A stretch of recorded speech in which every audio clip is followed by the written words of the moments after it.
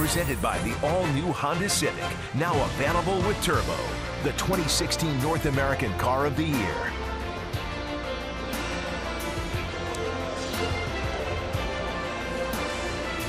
Welcome to Rogers Center. It is a gorgeous afternoon, the first afternoon with the roof open here at Rogers Center. Blue Jays beat the Red Sox last night 7-5. John Farrell has his bench coach back. That is Torey Lovullo sitting to his right. Torey was away for the college graduation of his son Nick, and he is back to the ball club today.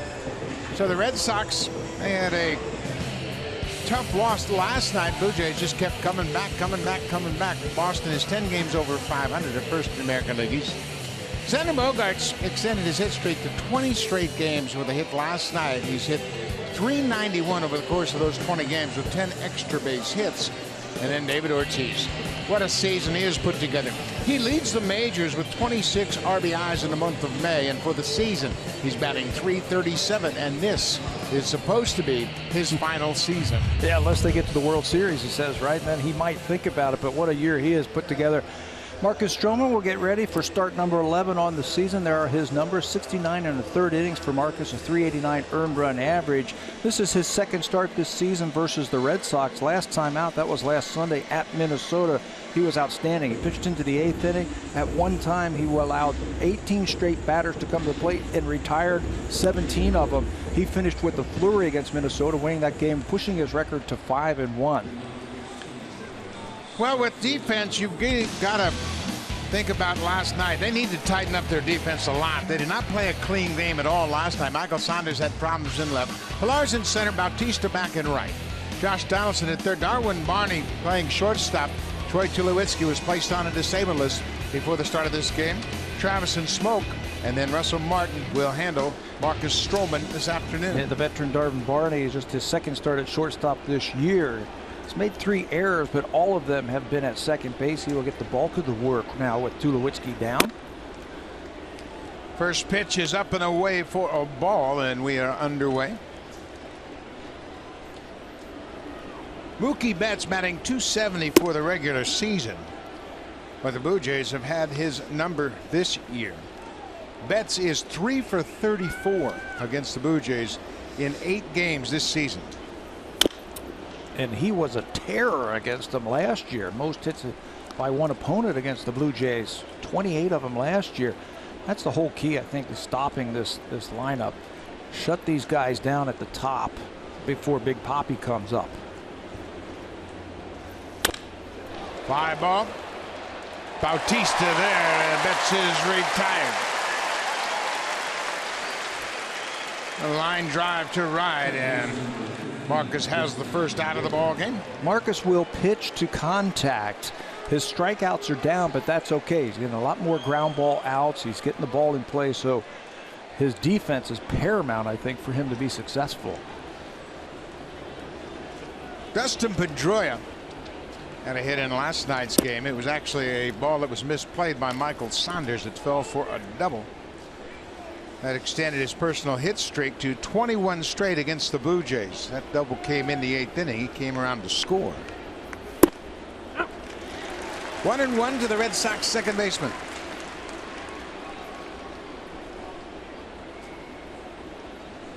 Pedroia at .305 for the season. He's got 6 home runs already this year.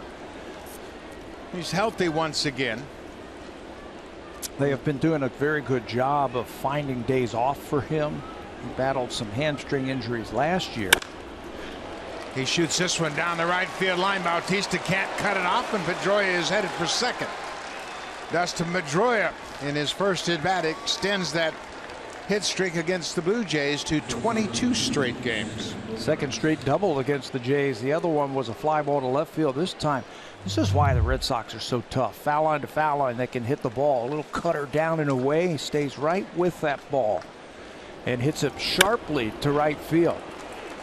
They are so good in the first inning because of Betts, Pedroia, and Bogaerts coming up, setting the table for David Ortiz.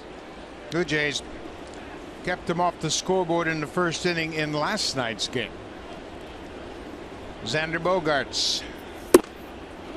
Bogaerts with a 20-game hit streak.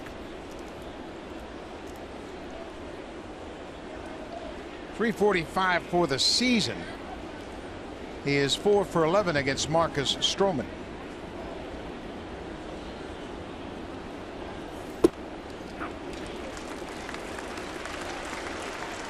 Bogaerts, the leading hitter in the American League. He is 4 points ahead of his teammate Jackie Bradley Jr. Nick Castellanos of the Tigers is third. He and Bradley Jr. hitting .341. Ground ball. Pedroia is going to third. Barney had to move to his left, so it kind of took him out of the option of going to third. Pedroia does a good job of base running. So that'll bring David Ortiz to the plate with 2 outs. You were talking about the Red Sox and their leaders at the top of the American League in batting. They've got 3 of the top 4 hitters in the American League. Here's one of them. Look at those numbers across the board. On base percentage .420, slugging .706, 12 homers and 45 ribbies. He leads the American League in runs batted in. 2 outs. Pedroia at third. Ortiz over his last 5 games is 11 for 19. And that's why you get the respect. Look at that defense. Normally, a runner is told you can get off as far as the third baseman. Ortiz gets jammed. Plenty of time for Barney. Devin Travis, excuse me, and Ortiz is retired. Pedroia is stranded at third after the 1-out double.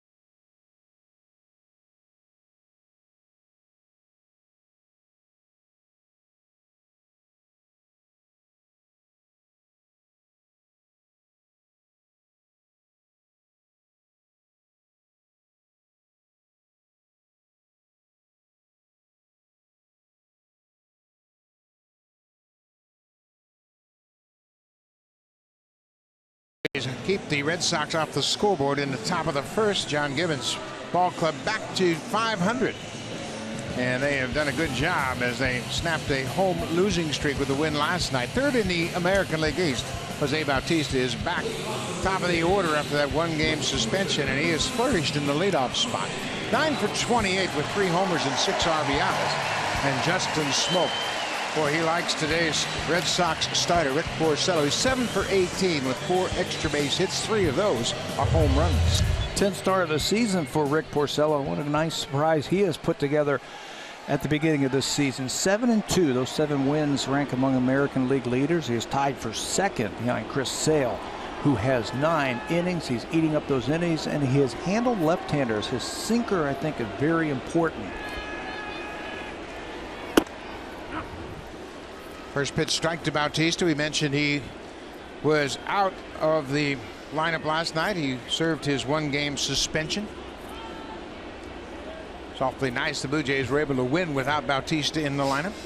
John Gibbons was talking about that before the ball game today, that they're very happy. It's behind him now. He had to pay a little bit of a fine, he said, and he got to work on his PA announcing skills yesterday, but he was off. It's behind him, and now they've got him back in the lineup. Looked like a 4-seam fastball upstairs that Bautista swung right through. 1-2. Last time out, Porcello only lasted 5 2/3 innings against Cleveland, and John Farrell was saying he needs to keep that sinker and use it, especially against the Blue Jays this afternoon. Curveball hit on the ground. Bogaerts waits it short. In time, one down.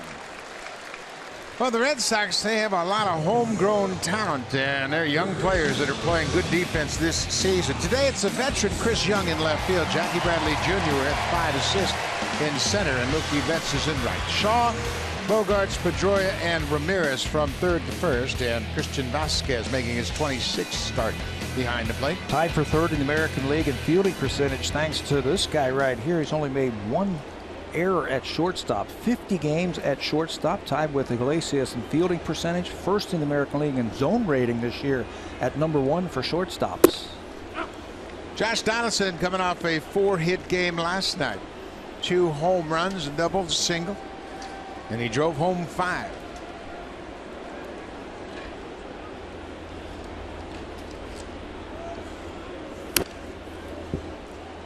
That's the pitch the Blue Jays is going to have to lay off. That's that sinking fastball that starts on the inner part of the plate and runs off the plate.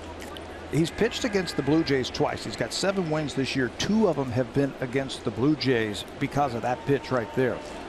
That sinker in on the right-handers. Blue Jays have a lot of righties in the lineup tonight.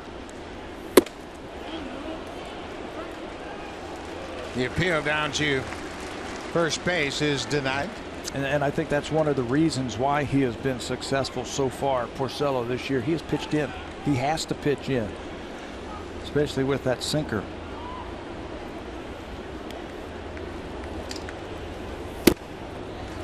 Interesting, they're trying to pitch Donaldson up, and after what you said about Farrell, he was thinking sinkers, and Porcello's going with that 4-seamer. We've seen enough 4-seamers. Uhara tried to do that to him last night, if you remember, in the 8th inning. Tried to go high fastball against Josh, and he homered against him.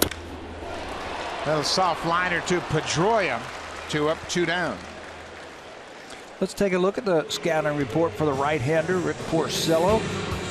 Still just 27 years old with fastball who throws 64% of the time, and we've seen some low 90s already. This one says he's averaged about 90 miles an hour with that fastball, changeup, curveball, slider, and he's going to have to use that sinker, I think. He's going to have to pitch inside and use the curveball. Edwin Encarnacion hitting in the 3rd spot.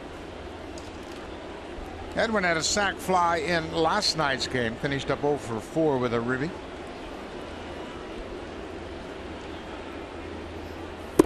Seems like he's been around forever, doesn't it? Porcello? Rick Porcello. Came up when he was 20 years old with the Tigers in 2009. He won 14 games, won 14-9, and was 3rd in the American League Rookie of the Year voting. So he should be just heading into his prime physically. There's a drive to the alley. Nobody's going to get this one. And one hops, and Jackie Bradley Jr. takes it on a bounce, and Encarnacion slides in with a 2-out double. Double number 11 for Edwin. Trying to establish that fastball against Edwin Encarnacion. He's one of the best fastball hitters in the American League. He doesn't miss too many of them. If you miss as a pitcher and you throw it in a sweet spot, double, you should feel very happy that that ball stayed in the ballpark. Jackie Bradley gets to that ball and gets it in quickly, so Edwin has to hustle all around first base and into second base, sliding. Yeah, he was hustling. Jackie Bradley Jr. has 5 outfield assists, and he can really throw. So even though he got that ball on the warning track, it was still close in second. Michael Saunders now. Saunders is 0 for 10 against Rick Porcello. Still over 300 at 302.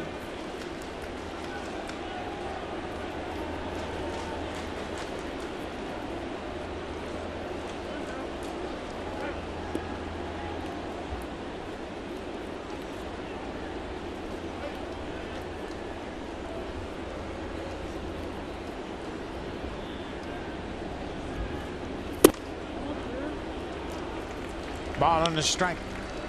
Michael likes that ball away, as you can tell. He really strides into the ball, and he can spray the ball around the field, but the defense doesn't indicate that. They are playing him to pull on the infield, hit the ball the other way in the outfield. Well, he got that in tight on the hands of Saunders. Again, the Blue Jays are going to have to be patient enough to take those borderline pitches. They run so much, and I know it's difficult to make a quick judgment, but he relies on pitching off the plate. Pitch off the plate. It's going to be very hard for the left-handers with that little swing back two-seam fastball on the inner half. You can't give up on it.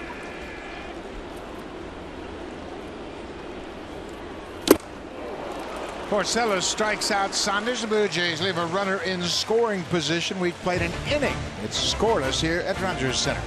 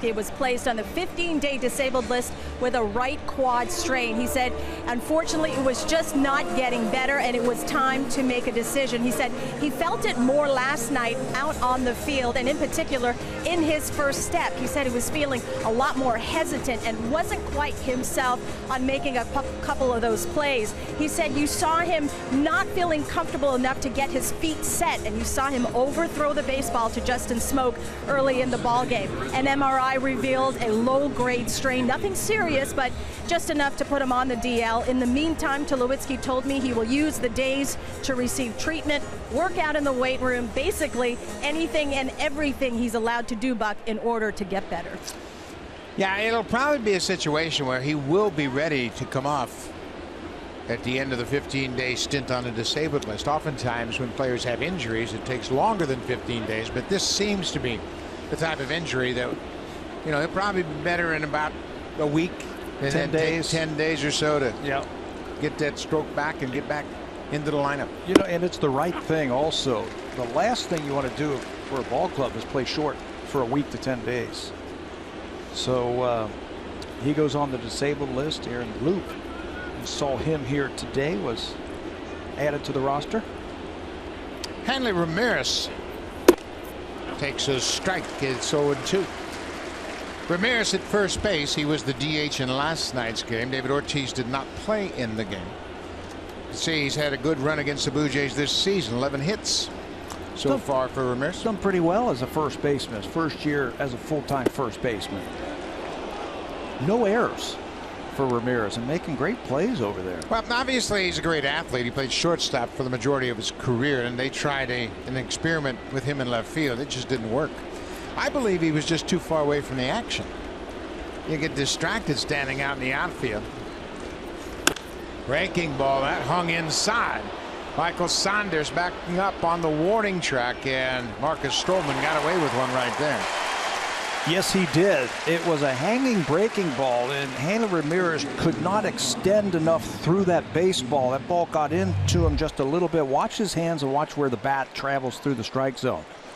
Hanging breaking ball. He wanted this one down and away. You can see just can't get extended and get those arms away from his body, and that kept the ball in the ballpark. Yeah, this breaking ball didn't break, and you can see how Ramirez had to draw his hands in and never really got the extension. One down, Jackie Bradley Jr. .341. We mentioned he's second in the American League in batting average. What do you see different from Jackie Bradley Jr. this year? Plate coverage. He's covering all the pitches now. Before, you could throw the ball down and away, he'd swing at it, or up and in. There was a little hole right above his hands that you could pound on the inside part of the plate, and 9 times out of 10 he would swing right through it. I think confidence has a lot to do with that too. Get a few hits, start to feel good about yourself. This guy hit in the minor leagues. I think it was just a matter of time before he got comfortable at the big league level. Chili Davis has worked along with his assistant hitting coach Victor Rodriguez, and they've done a nice job with these young players. There's Victor Rodriguez. Ground ball. Smoak backs up. He'll have to shovel to Stroman, who's there in plenty of time.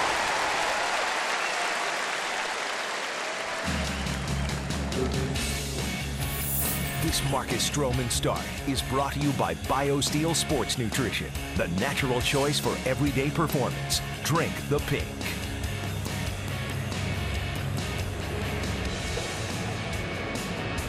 Beautiful afternoon. We're just a couple blocks away from Lake Ontario. 2 outs. This is Travis Shaw, who's playing at third base this afternoon. Travis Shaw, just like Dustin Pedroia, has worn out the Blue Jays. He's got a 14-game on-base streak against the Jays and hitting .400. Everything that Travis swings at when a Blue Jay throws the ball to him seems to find a hole. Yesterday he had a broken bat hit against the Blue Jays. He also got on base on an error and came around to score. There are just certain teams, guys, they just feel comfortable against. And he obviously looks very comfortable against the Blue Jays.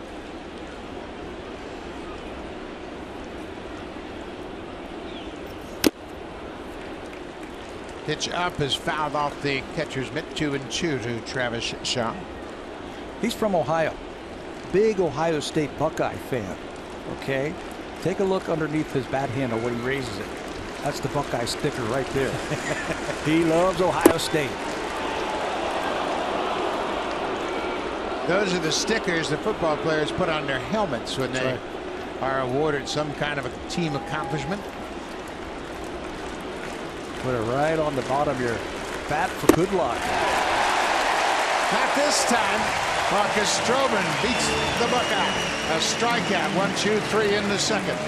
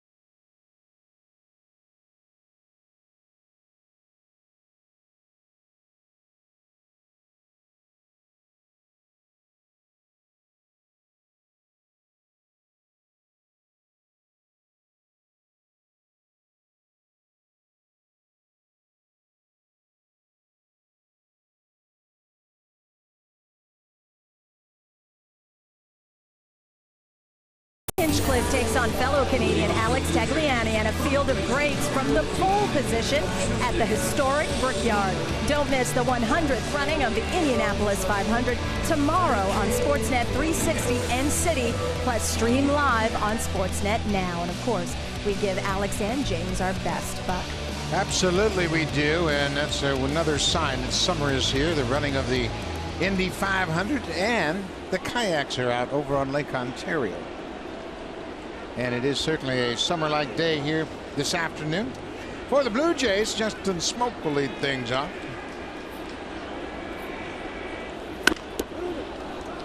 Smoak changed his approach a little bit this season. It's really paid dividends.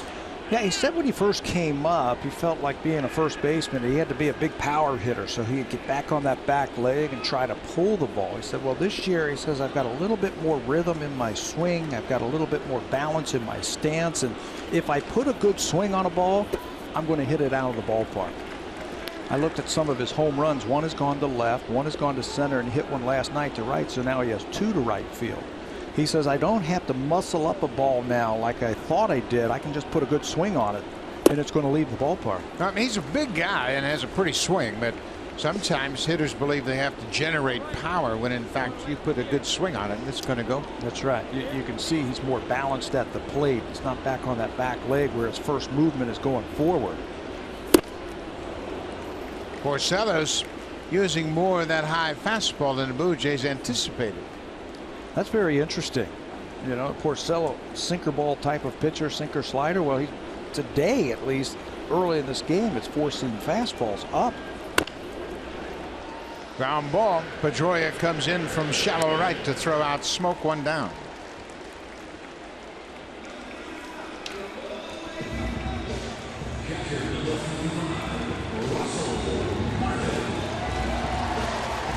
Rick Porcello made his first 2 starts of the season against the Blue Jays.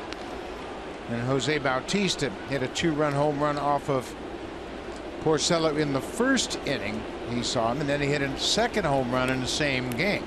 A solo shot in the third. Balls that were up. 13 starts against the Blue Jays, 14 career games, 13 starts. He's gone 6 innings. At least 6 innings in 10 of them, so he's had his share of success against the Jays. Russell Martin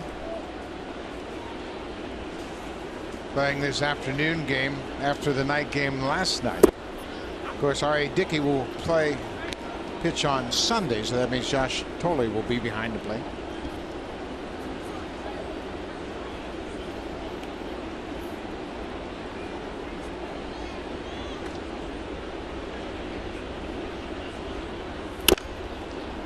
Off the end of the bat, Porcello will flip to Ramirez. 2 quick outs here in the second. Super Slow-Mo Cam. Brought to you by Rogers 4K TV. Get closer to the action with 4 times the resolution of HD alone.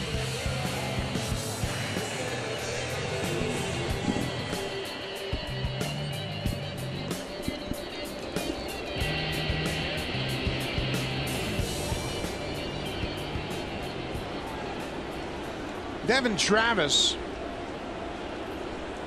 starting at second base since his recall off the minor league roster. He is back in the big leagues and having an impact already.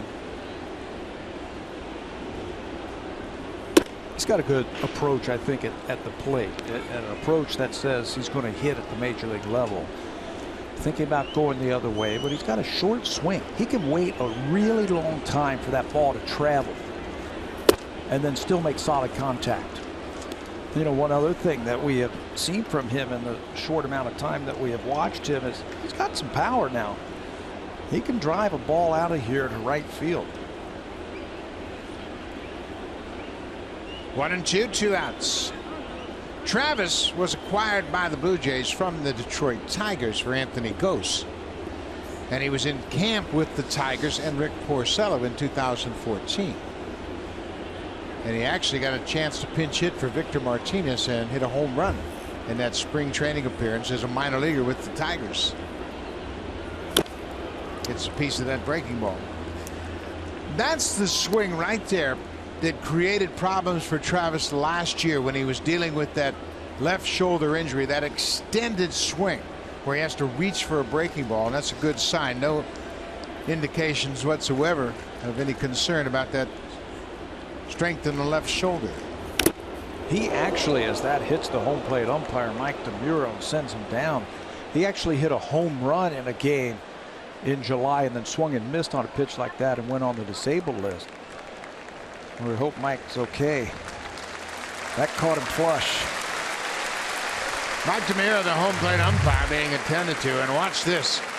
The foul tip catches the umpire squarely in the mask, and it rocked him back on his heels, and he eventually goes down on a knee. Look at Christian Vasquez trying to help him before he falls. No glove, nothing, no ricochet. That one's flush right in the middle of the face mask.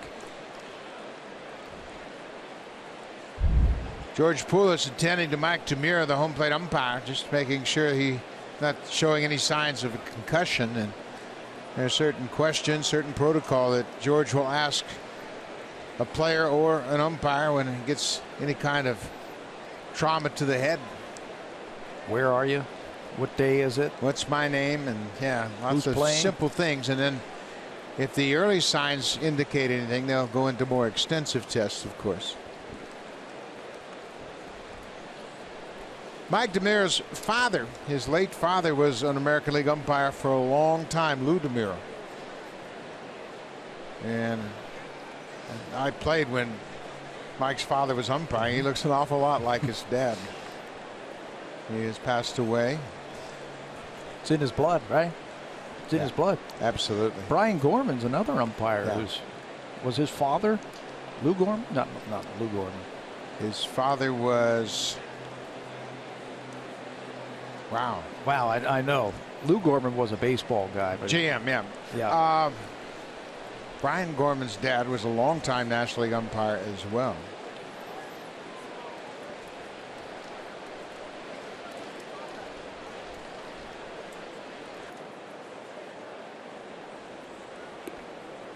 Tom Gorman. Tom Gorman was Brian's father, who umpired for years in the National League from 51 to 77. So they're taking plenty of time to make sure Mike is okay. Obviously, you don't want to. Oh, Brian's going to go in and put the umpiring gear on, it looks like. Brian is the crew chief. He was at third base last night and third base this afternoon. So. Yeah, they're going to make a change here, and George must have seen something. They're going to take the Red Sox off the field because Brian Gorman apparently is going to go in and put his home plate gear on and come out and take over behind the plate. So while we attend to the umpires, George Poulos continues to look at Mike Tamura. We'll take a break.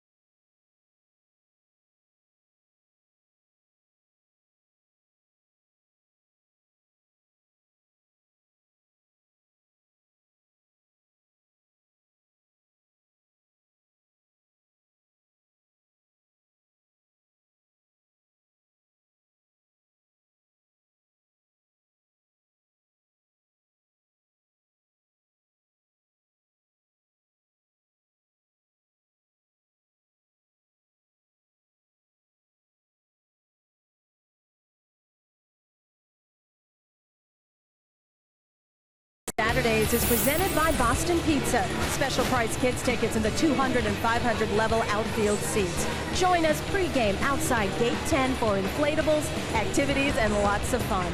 After the ball game, kids 14 and under can run the bases just like the pros. Visit BlueJays.com for tickets. Junior Day Saturday, always a very popular promotion for the kids and all the families. And now Rick Porcello has come back out onto the field to talk to the two umpires remaining on the field.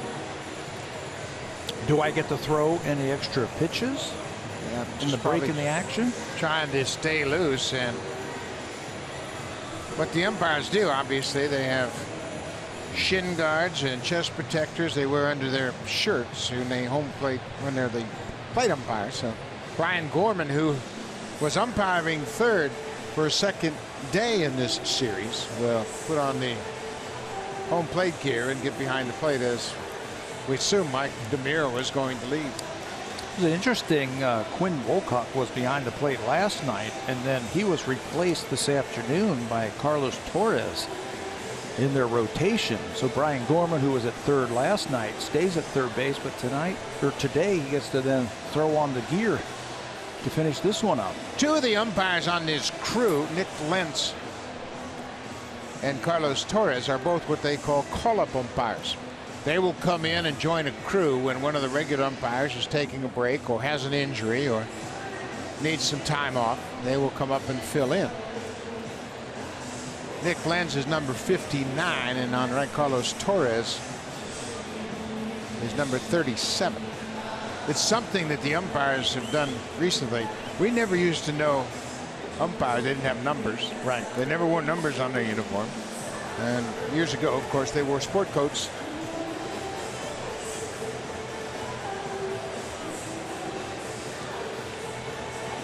While we could continue to wait for the umpires, we will break away for a while.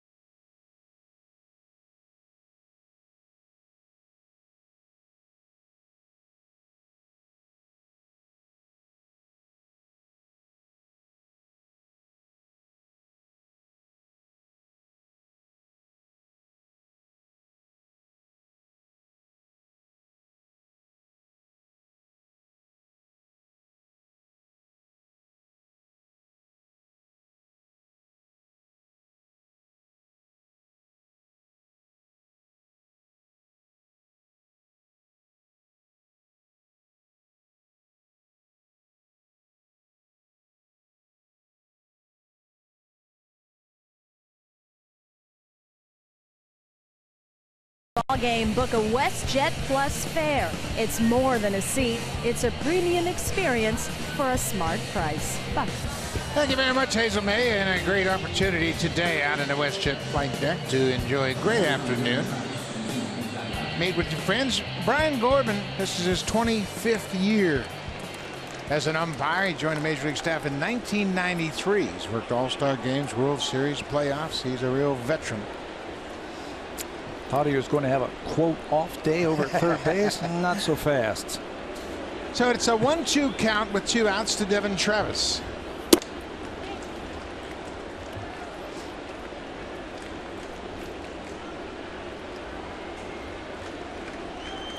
No score. We're in the bottom of the second.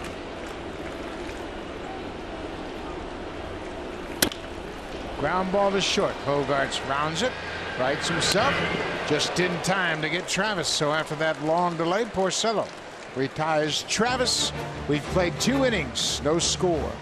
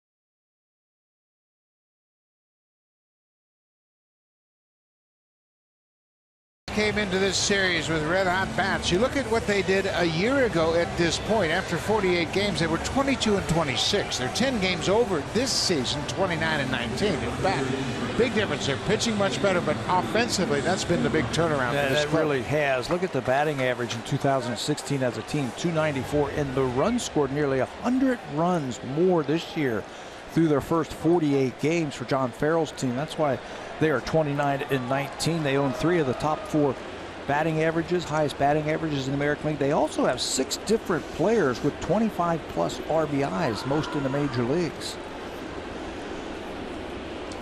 This is Chris Young, who takes the first pitch outside. Young starting in left field today. Young Blake Swihart, the converted catcher, played left last night. He went 0 for 3 with 3 strikeouts. Bouncing ball. Donaldson bare hands and throws in time. Oh, Donaldson. We talk about this all the time. I have never seen a third baseman make as many barehanded plays as Josh Donaldson. You have the normal bare hand play where you come in and scoop it, but Josh will catch balls when they're bouncing as hard as that ball was. Comes in, bare hands it, and in one motion throws it across the diamond. Nice play on the other end by Justin Smoak to shuffle his feet. But look at that. That's a normal ground ball that he catches with his bare hand and fires over to first base. You know what's interesting about that play? If he uses his glove to catch it, it really throws his body off balance. He has to take another step or two to get himself balanced. You heard coaches in the minor leagues always, whenever you can use your glove, use your glove. I guess Josh wasn't there that day. But the bounce of the ball was taking him a little bit toward the foul line, and if he reaches for his glove, that's going to put a lot more torque on his body, and then that throw might have been more challenging. He didn't miss a beat. Christian Vasquez had a 2-run single in last night's game. That was in the 7th inning, and that made it a 1-run game.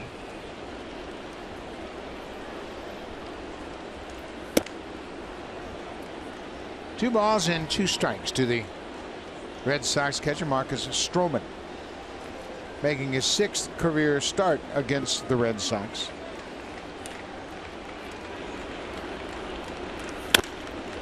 Base hit up the middle, almost what he did last night with 2 runners on.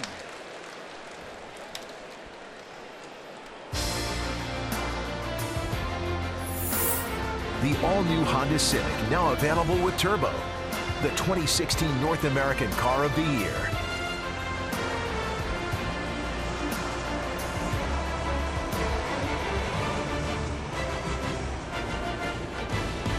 Back to the top of the order for the Red Sox, Mookie Betts, the right fielder.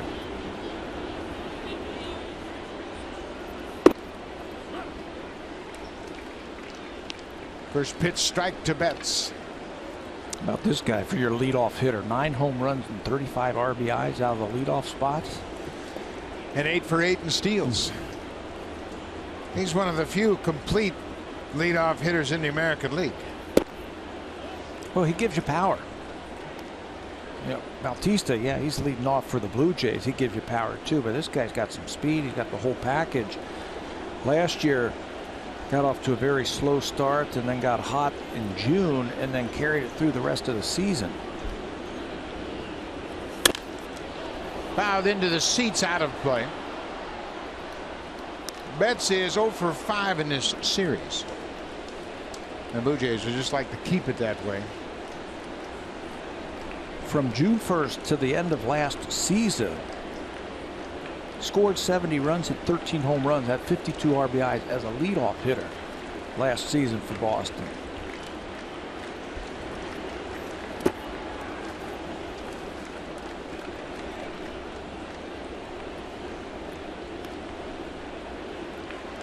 David Price will start in the game tomorrow, and Joe Kelly sitting on the bench enjoying this beautiful afternoon. Price and R.A. Dickey, that's the pitching matchup for the Sunday finale. Ground ball, foul, wide of third.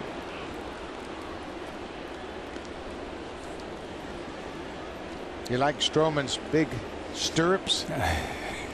Old-fashioned socks right there. He wore that in his last start, didn't he, in Minnesota, and pitched beautifully into the 8th inning.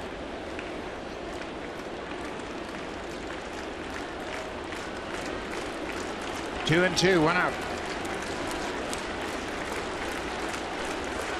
They got him. Took something off that pitch. Betts out in front. Second strikeout of the afternoon for Stroman. Doesn't throw a lot of change-ups when he's out on that mound, but that looked like he really pulled the string. Pulled that one back. He throws about 8% of the time, and that time he really threw the changeup, threw the timing off of Mookie Betts. Good time to use it right there, 2-2. Dustin Pedroia lined a double down the right field line his first time up.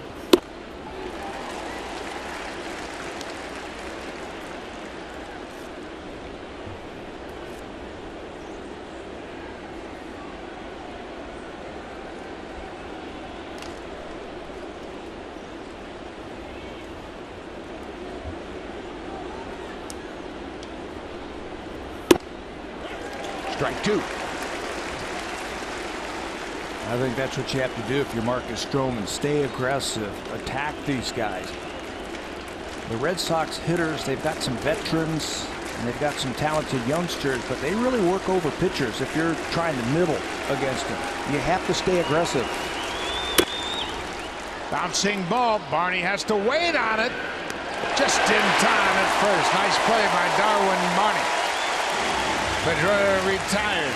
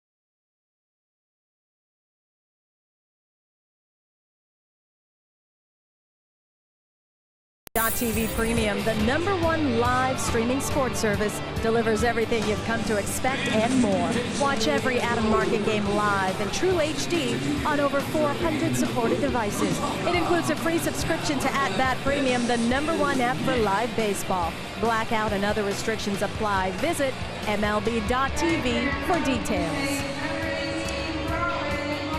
Thank you very much, Hazel. As the crowd enjoying a gorgeous sunny afternoon with the roof wide open. Another great crowd last night. Over 46,000 in attendance here at Rogers Center. Plans to be a sold-out crowd today and tomorrow as well. What a great sports weekend here in Toronto. And congratulations to the great season that the Raptors had. Unfortunately, it ended last night. A great run. They lost to the Cavaliers. There's a base hit down the right field line. Mookie Betts over to cut it off. He's got a strong arm. Here's the throw to second. It's wide and late. Darwin Barney with a leadoff double here in the third. His third double of the season. He has been coming in when getting the opportunity to play for the Blue Jays and contributing defensively and offensively for Toronto. Looked like a ball down and away, inside out swing, and he's able to get it by Ramirez and keep it fair down the right field line, and he's thinking 2 all the way. Betts comes up firing, but the throw is a little bit offline, and Darwin Barney's got another extra base hit. Barney was an everyday player with the Cubs for 3 seasons, 2011, 12, and 13. Played 141 games in 2013, his last season as an everyday player. Kevin Pillar now shows bunt. Vasquez has a terrific arm. He throws it into center, and Jackie Bradley Jr. was there to back him up. Vasquez, one of the pure throwing catchers in all of baseball. He's got a terrific arm. He's got a quick release. He's got quick feet. And this is a tough play for the runner at second base. When you bunt through a ball or you pull it back, you get hung up out there, and Vasquez came in and fired down to second base. Porcello's got a duck out of the way, but that throw wasn't near him. But the heads-up play by Jackie Bradley in center field. He came hard charging to back that play up. Kevin Pillar chases that pitch inside again. We mentioned that Brooks Jacoby, the hitting coach, has talked to his players about laying off that inside fastball that looks like a strike, as it'll run off the plate inside.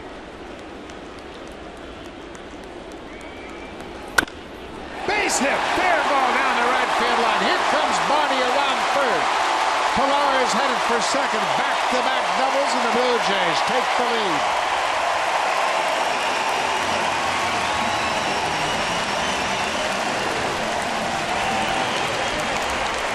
Just doing his job, trying to move that runner, hit the ball to the right side of the infield, and he kicks it almost a carbon copy of Darwin Barney's hit.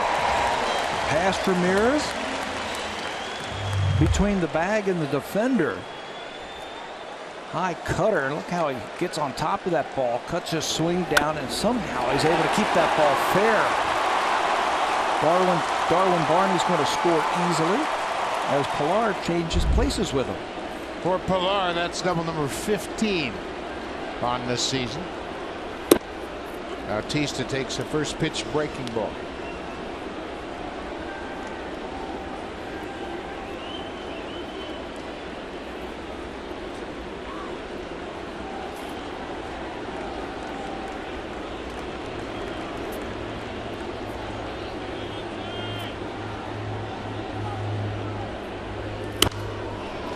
Bautista with a good cut.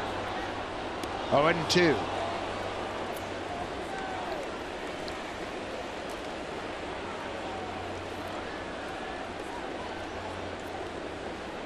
Jose's batting average might be down, but his production is consistent. Bautista has 34 RBIs. And he has walked more than he has struck out this year. 39 walks and 35 strikeouts. Just great at bats, it seems like, every time he steps into that batter's box. And the way that he has hit against Rick Porcello in his career, I'm not asking him to hit the ball to the right side of the infield to move that runner. I'm asking him to drive him in. He wasn't thinking about a soft single to right on that swing. Does he ever? There are times when he'll go to right, but he has 3 career home runs against Rick Porcello, including 2 in the first game Porcello threw this season against the Jays. Kevin Pillar with an RBI double at second.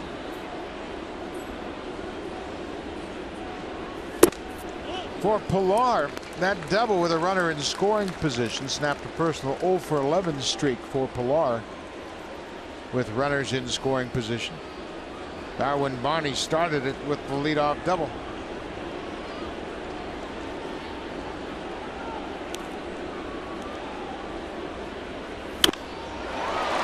Fly ball into shallow center. That's going to drop for a base hit. Pillar will have to stop at third. Bautista drops one in front of Jackie Bradley Jr. Had a little problem with his footing out there in center. When you've got Bautista, you got to respect the power, so you play a little bit deep. Then you see the big swing from Jose. And let's see what Jackie Bradley does in center field. Momentarily hesitates, and that ball drops in. Pillar's caught out in no man's land. He's got to read the outfield. And he can only move up to third base. Nobody out. You don't want to be taking any chances on the bases.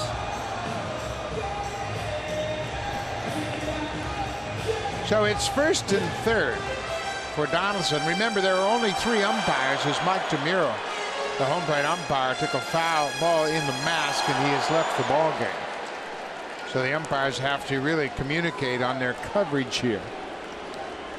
Playing an umpire short. Nobody out. Blue Jays with a run in here in the bottom of the third.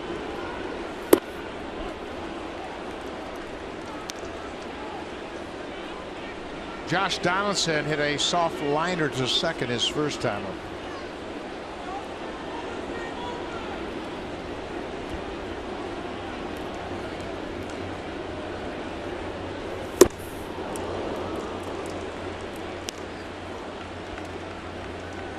That bat flew through that zone that time. Yeah, it's looking quicker, isn't it? It looks like he's on everything. Yesterday, 4 hits, 5 RBIs. Every one of his hits yesterday put the Blue Jays in the lead.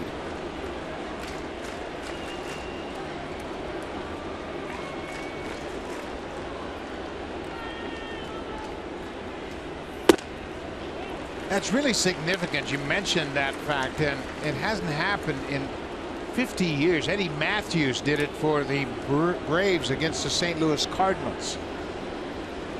He drove in 6, but every one of Donaldson's hit came with the score tied, and it gave the Blue Jays the lead.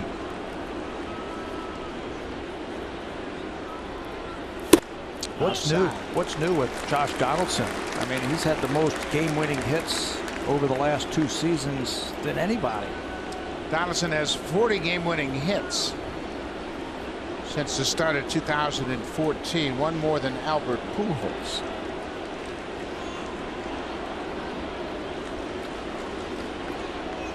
Two balls, 2 strikes. I tell you what, when he is swinging like that, fighting off that pitch, he's getting dangerous. Next thing you know, he'll be driving the ball to right center field. Like we saw yesterday, his home run, his second home run, came right down the right field line. Staying on the ball, they were trying to pump high fastballs to him, and he knew it. He was able to stay on top of it and drive it out to right field. Then you spin a slider and you hang it, and he pulls it. Inside. They're working over Porcello here in the third. Edwin Encarnacion had a double his first time up. Pilar's at third, Bautista's at first. Nobody out.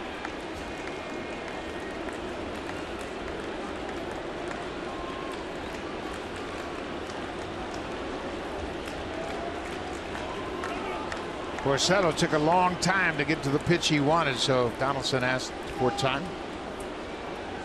Hitting is all about rhythm and timing, and at the plate, and Donaldson was ready, but he made him wait.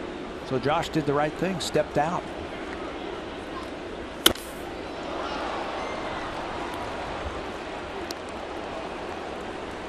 Porcello's gotten away with a few pitches in this at bat. I count 3. 3 of them that were right in his happy zone, Josh's happy zone, that he just fouled off.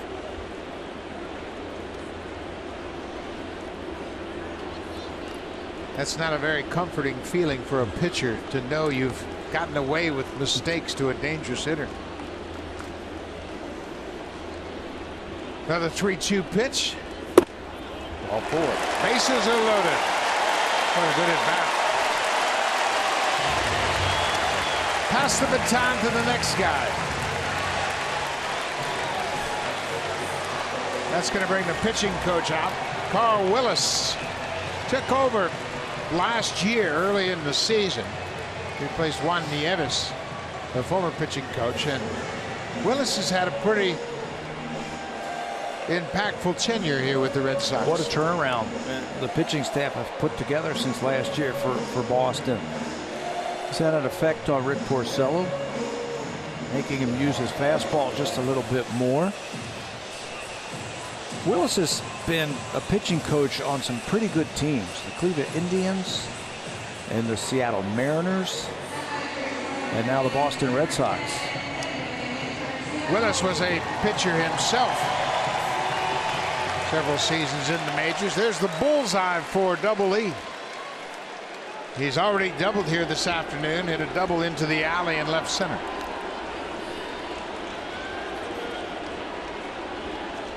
Edwin wasn't quite set. Porcello was already on the rubber, so he asked for time to get set.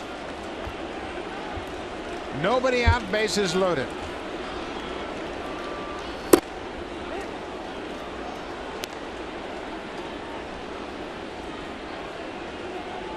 Edwin has talked about being a little bit over aggressive, not swinging at his pitch, chasing some borderline pitches as they continue to work him away.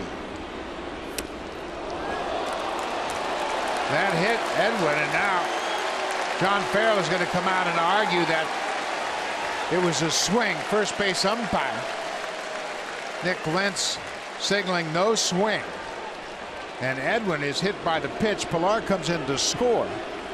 And now Farrell is arguing his case with Brian Gorman, saying, how can you, if you swing and the ball hits you, it's a swing.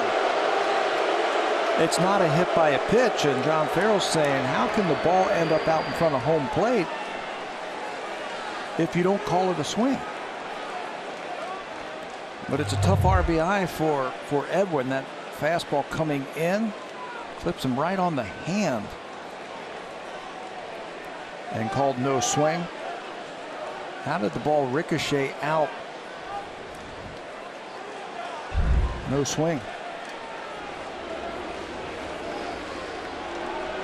John Farrell doesn't like the answer he got. So he is back out once again, and they're going to ask for a review. He has summoned in the 2 umpires.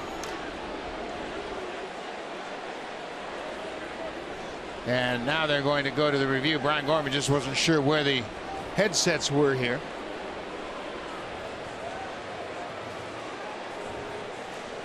So Encarnacion is hit by the pitch. With the bases loaded, Pilar comes in from third to score. This is under review for if the ball got hit by the bat or hit by the hand or the barrel of the bat. Whether or not he had a swing at it, that's probably what's in question. This replay review is powered by Samsung, and it didn't take them long. Saw everything they needed.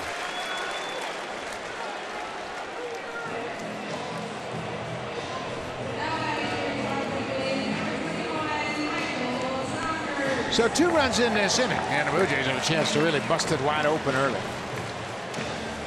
The bases are still loaded, still nobody out. Michael Saunders, the batter, he struck out in his first at bat. He's going to be ready for that first pitch. No place to put him. You know Porcello wants to get ahead quickly. Strike 1.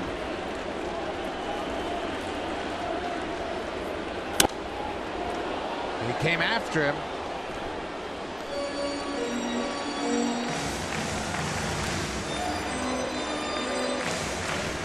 Michael Saunders with 1 career grand slam.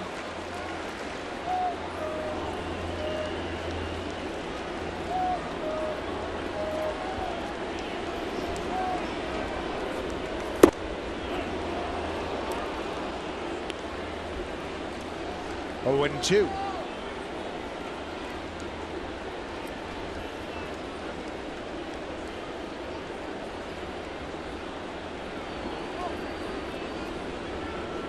Three hits, a walk, and a hit batter this inning for the Blue Jays. Ground ball. Bogaerts will go to the bag, steps on for 1, back to first for 2, but Bautista comes in to score, and it's a 3-0 Blue Jays lead.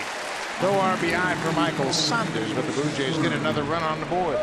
This rally by the Jays, it's like drip, drip, drip, drip. You need that one big hit to clear the bases. Knocking 2-3 runs at a time just to really bust this thing open. Red Sox played the infield back. They will exchange a run for a couple of outs. Justin Smoke, he grounded out to second base his first time up. Donaldson is at third now.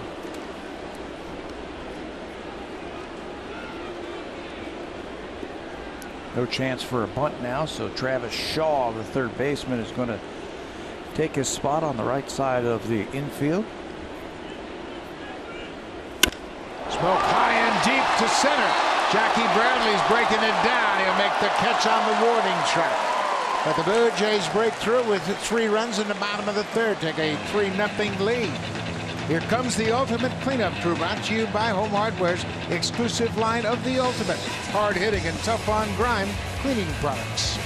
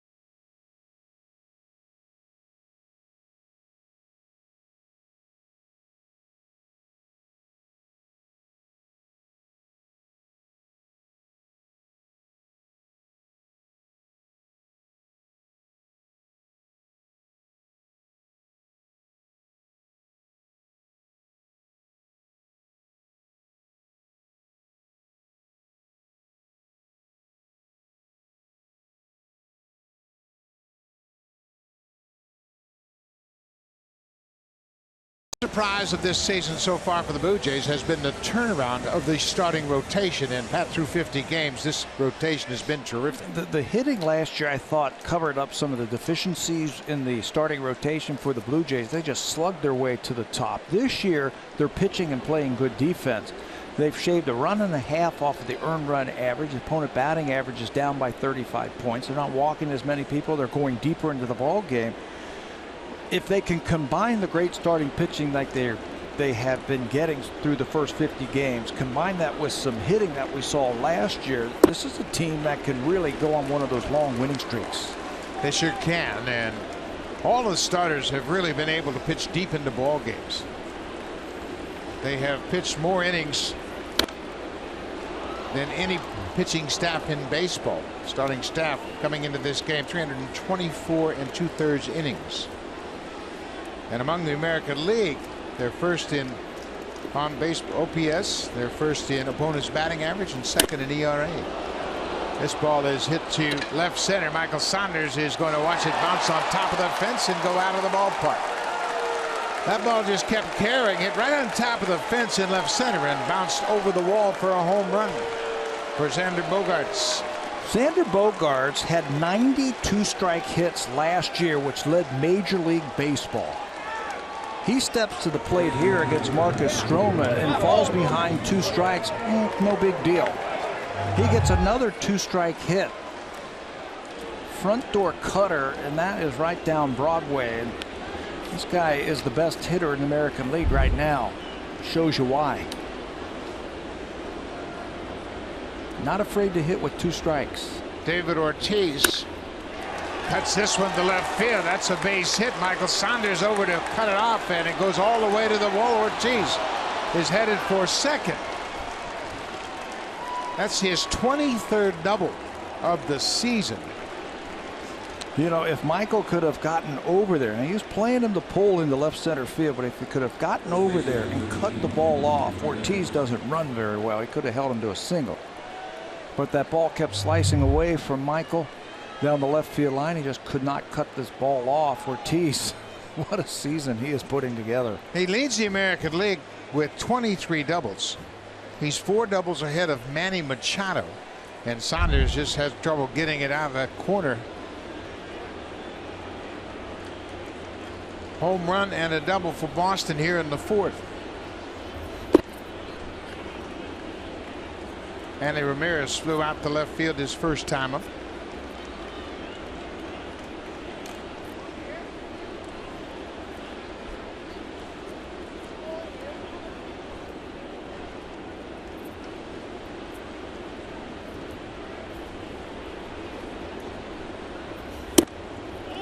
Two balls and no strikes.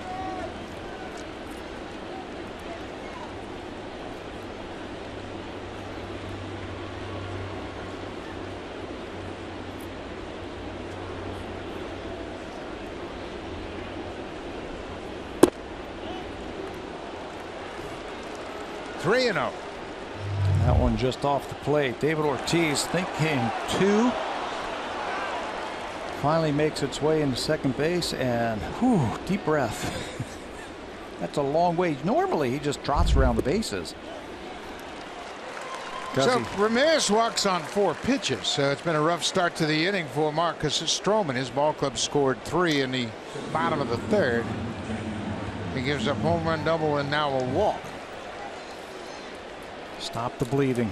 That's what you're looking for right here. Your team scores 3 in the bottom of the inning. You give one back on an 0-2 mistake. Now you just want to stop the bleeding.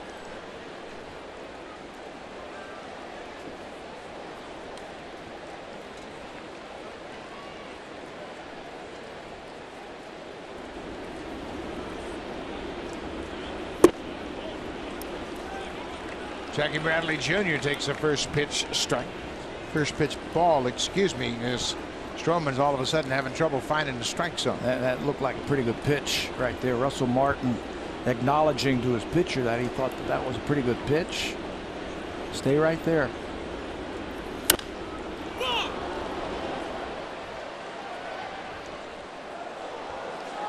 I think you have to stay aggressive against the Red Sox. You saw the at-bat right there by Hanley Ramirez. Pitches that were close, he wasn't going to bite at them.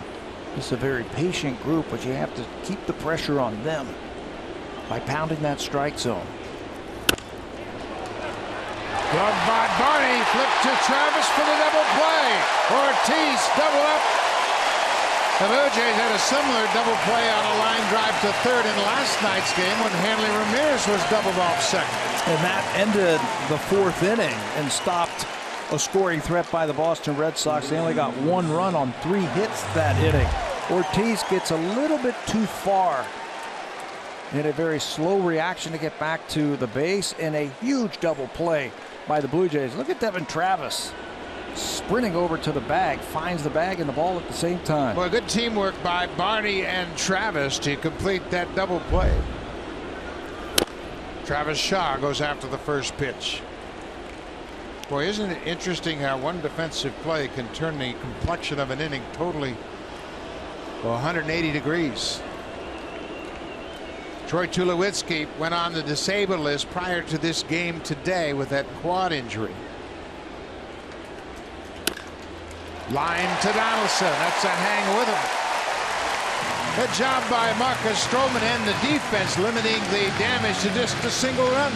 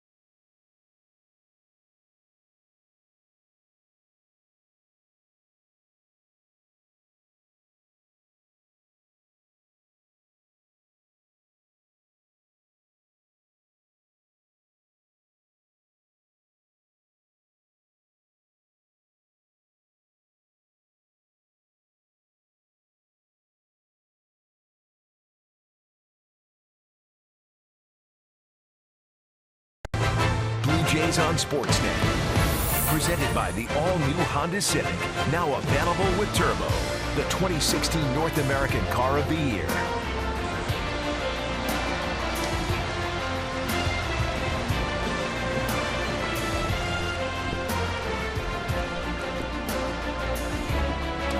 Beautiful Saturday afternoon here at Rogers Center. The Blue Jays have a 3-1 lead.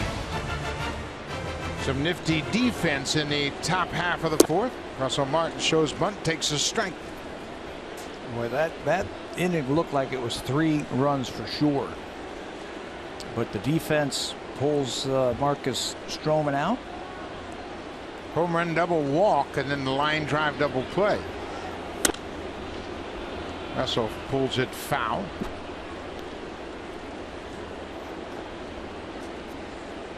Darwin Barney has had an impactful start to his day.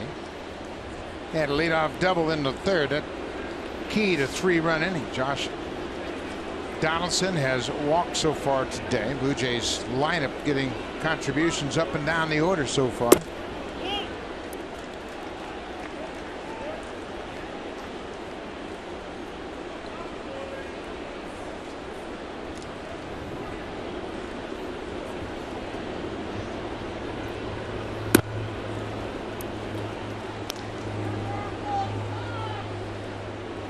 Brooke Jacoby always communicating with his hitters just about what they're seeing at the plate, what the pattern has been, how the ball is coming out of the pitcher's hand, trying to get as much information as possible. There's an off-speed pitch. Martin strikes out. Second strikeout for Porcello. Rick Porcello, when he gets to 2 strikes, he can get you with the changeup, the curveball, the slider. That time it looked like a changeup. He'll throw it 13% of the time when he gets to 2 strikes, and he's got a good one. Fingers are barely on the ball. He really tucks it back into his palm of his hand and throws it as hard as he can. Devin Travis fouls off the first pitch.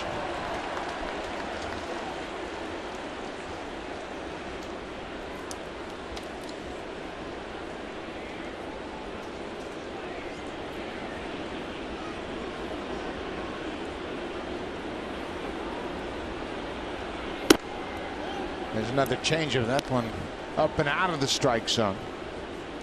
He delivers his pitches other than the fastball, his off-speed pitch, the changeup, the curveball, and the slider, all about the same percent, which makes it very difficult for hitters to sit on one pitch in one zone, in one count. I still think Porcello has to pitch off of his fastball, and he has to pitch inside. Just makes everything else that much tougher to hit. Broken bat, one hopper to Bogaerts. He handles it flawlessly. 2 down. We want to remind you, we'll be right back at it tomorrow. It all starts at 12:30. That's the pregame show. David Price against R.A. Dickey. And we want to remind you that tomorrow there will be a 40th season celebration presented by Rogers, celebrating great offensive franchise Blue Jays players. There'll be a bunch of alumni on hand, including John Mayberry, Ernie Witt, Tony Fernandez, Lloyd Mosby, Jesse Barfield, Roberto Alomar, Carlos Delgado, Sean Green, Jose Cruz Jr., and Vernon Wells. And the master of ceremonies, you'll be down there, huh? I'll be down there with him. Nice. A lot of great offensive players who will highlight some of the great offensive moments of the 40 seasons of Blue Jays baseball. This ball is going to be trouble. Darwin Barney around first. He's headed for second. Up against the wall. He's making the turn. The relay is over the cutoff man, and Barney has a triple.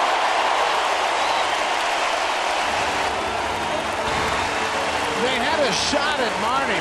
Had the throw gone to Pedroia, he was out as the cutoff man, but they airmailed Pedroia, and once that happened, Barney was easily into third. Yeah, it looked like Jackie Bradley was going to try and throw the ball all the way to second base, thinking that Barney was going to be there, but he's thinking 3 as soon as this ball touches down in right center field. Jackie Bradley picks it up and fires it all the way into second base, but Barney is at third base with the triple. He's got a fabulous arm. You can see the one cutoff man that he missed. That was Pedroia. So now the Blue Jays need a 2-out hit.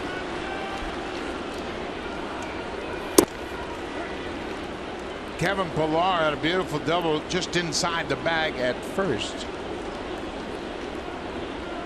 For Darwin Barney, that's his 14th career triple. He's also had a double this afternoon.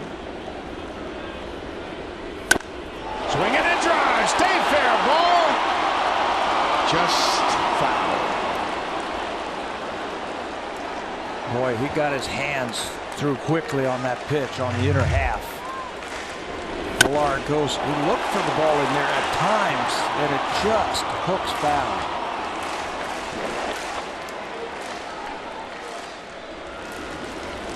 Oh, and 2.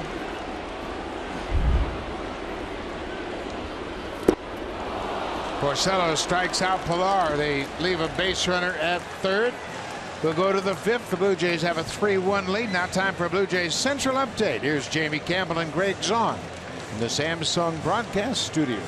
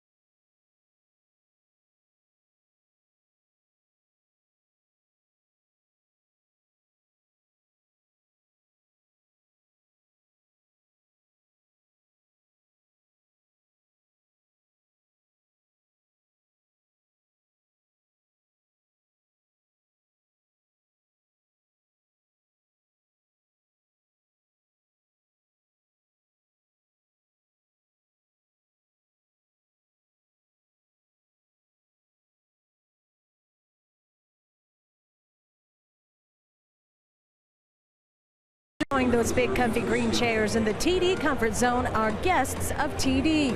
While over in the Jays Care Community Clubhouse are folks from the Rookie League Toronto Selects. Welcome everybody. Hope you're enjoying the ballgame. Great crowd on hand in the Jays Care Community Clubhouse. We're glad you're here. Blue Jays having a good start to their afternoon. They have a 3-1 lead against Boston and Rick Porcello. It'll be 8-9-1 for the Sox here in the 5th. Chris Young, Christian Vasquez, and back to the top of the order, Mookie Betts.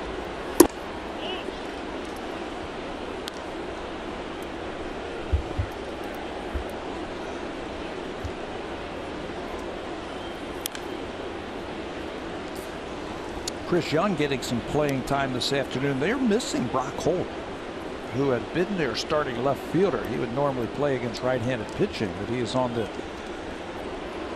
disabled list for a concussion. Not really sure when he will be back.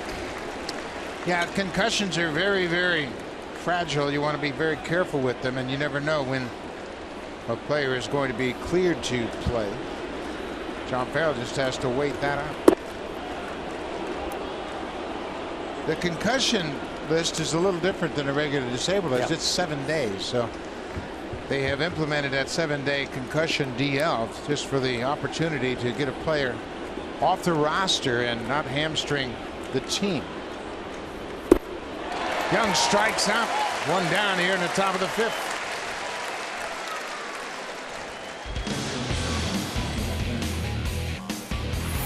Save during Canada's Color Expert Sale, only at Home Hardware and Building Center locations. Homeowners helping homeowners with expert advice.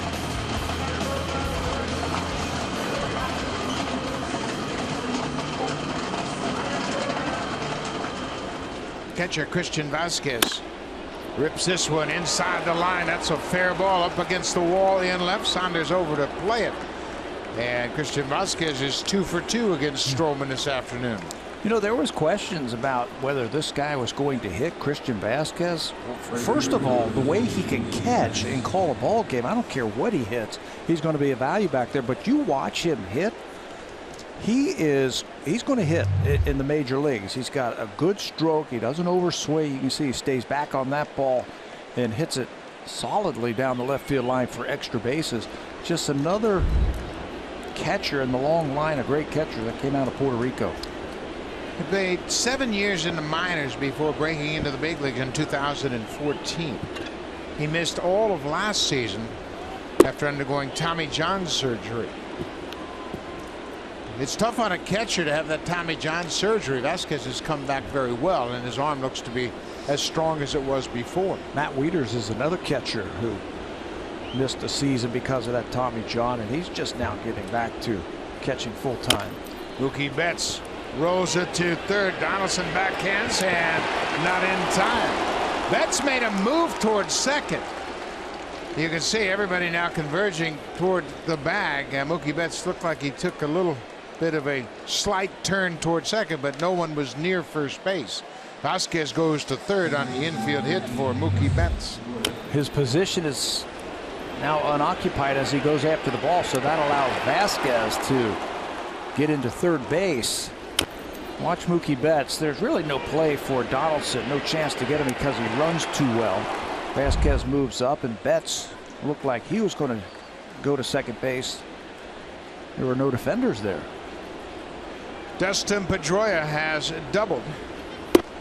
Takes a first pitch strike. Blue Jays have turned one double play today. It was a line drive double play. Darwin Barney flipped to Devin Travis to double off David Ortiz at second on the line drive.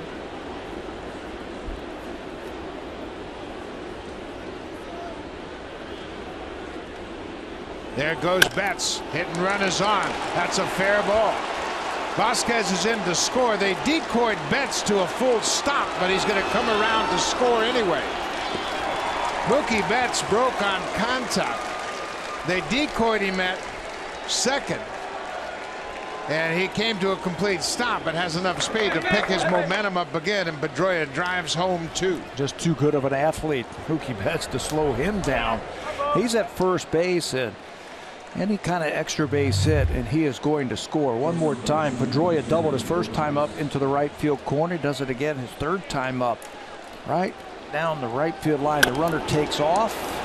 He's going to score.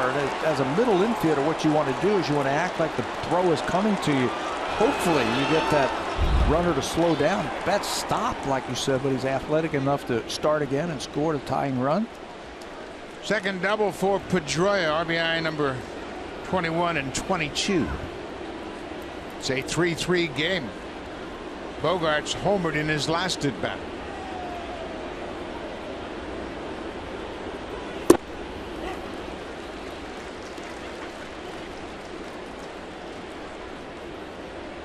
This is a dynamic offense that just keeps coming after you and keeps coming after you.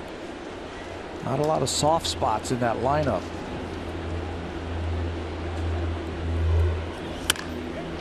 Base hit to left field. Pedroia had to hold to make sure it went through safely. He moves up to third. Bogaerts is 2 for 3. 4 hits in the inning.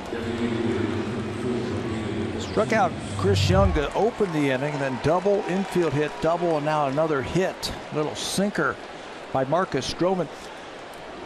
He'll throw a lot of ground balls, and he'll get a lot of ground balls. Sometimes those ground balls find the hole. That time for Bogaerts, it's his second hit. You mentioned that the Red Sox have a very balanced attack, and they put the bat on the ball. Marcus Stroman has pitched well on the road, not the same at home. What do you think the difference is? You know, I don't have an explanation for that, because the pitching rubber is still 60 feet 6 inches. It's the same thing, the same mechanics, same everything. For some reason, though, the ERA is approaching 6 when he pitches here at Rogers Center. I guess we'd have to go back and see who he has pitched against on the road. He's at Tampa, at Baltimore, at San Francisco, and at Minnesota. Where at home he's faced Boston. This is the second time for them. Tampa, the White Sox, the Dodgers, all very good offensive teams. In a good hitter's ballpark. David Ortiz.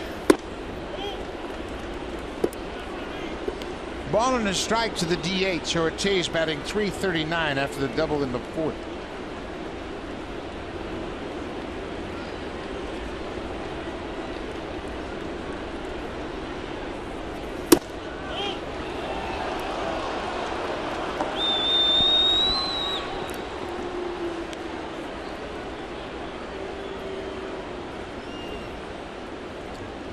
Three ball game. Pedroia at third. Bogaerts at first.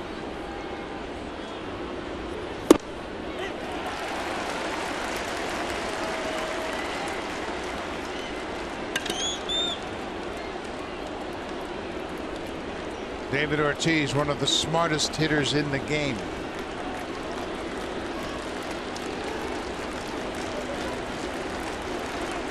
Stroman and Martin trying to outwit him here. Where do you go? Threw a ball away from him last time. He hit it to left field. That hit him on the foot. And the question was, did he swing? And the umpire says yes. And Ortiz can't believe it.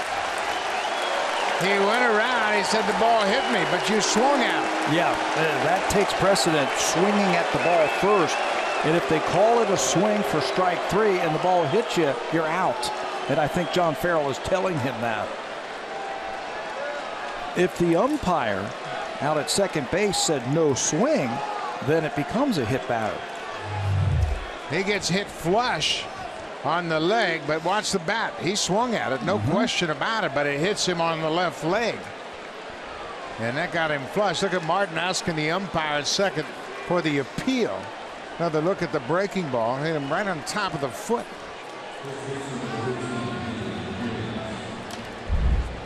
So Bogaerts has to go back to first. Now Ortiz did not play in the game last night because he's been having leg issues. He's been on base a lot coming into this game. In his previous 5 games, he had 11 hits. And they talk about him playing on this surface, how it really wears on you after a couple of games, and they were going to give him a day off, maybe even 2 on this surface. Hanley Ramirez with 2 outs now.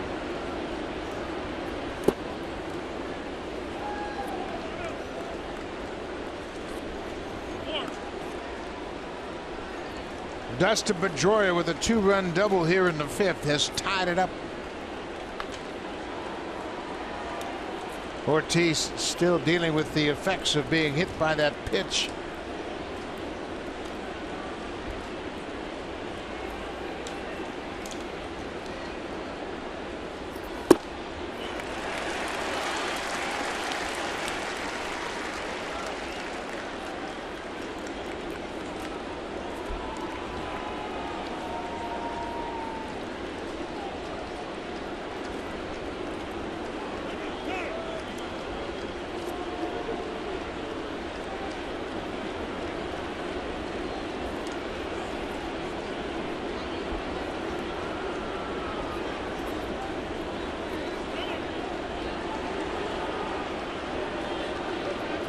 The confusion here is Ramirez wasn't set. Stroman was ready. Now Stroman takes his time and going to make Ramirez wait. That's exactly what's going on between batter and pitcher right now.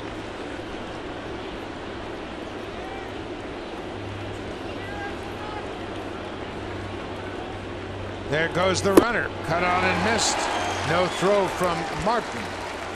That's another aspect that the Red Sox have, the stolen base. They've got the best stolen base percentage in baseball. That's 32 for 35 now for the Red Sox on the season. And they've been caught 5 times, and they pick their spots very prudently. 2 runners in scoring position for Hanley Ramirez.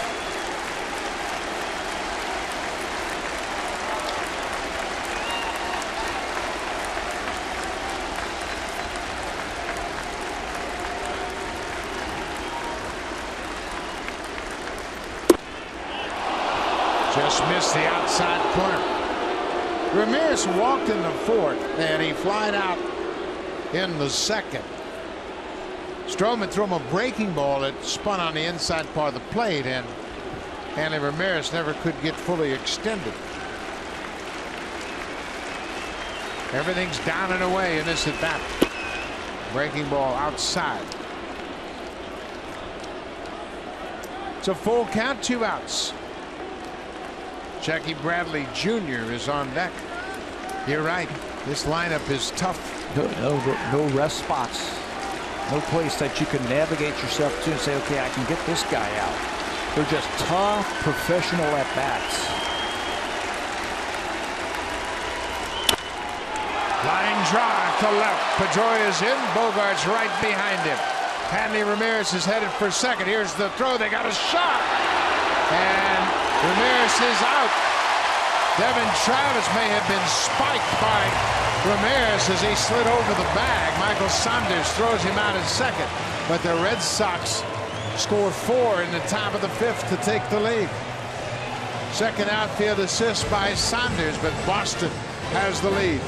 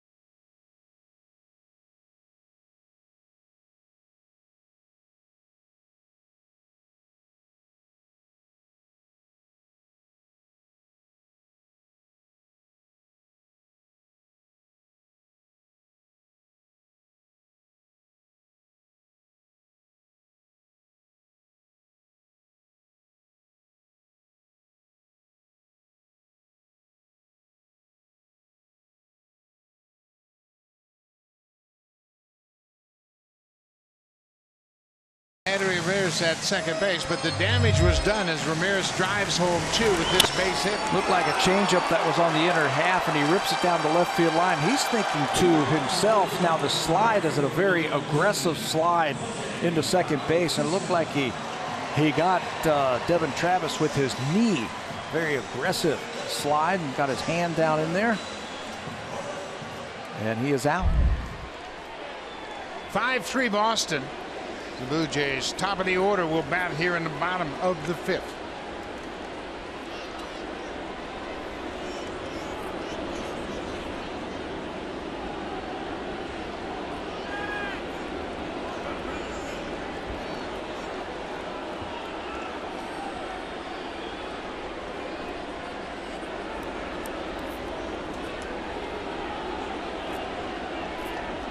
Jose Bautista leading things off.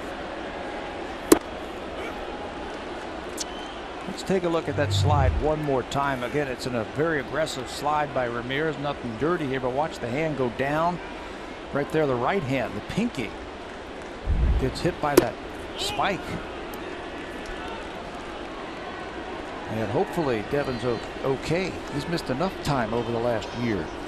Ramirez with 2 RBIs now has 29 for the season, and Boston has a 2-run lead. 5-3. You get the sense that neither team has finished scoring. No, and I'm glad the Blue Jays are hitting last. That's how I feel. These are one of those games that's going to go back and forth, just like last night's game. That was back and forth until Donaldson won it in the 8th inning. High fly ball to left. Chris Young moves over toward the foul line.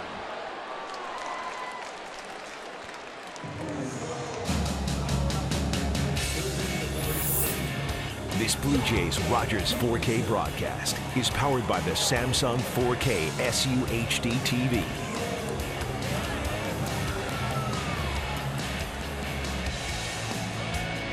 One out for Josh Donaldson.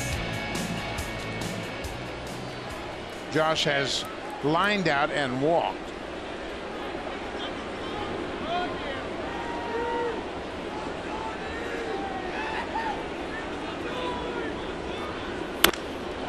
Line drive to left.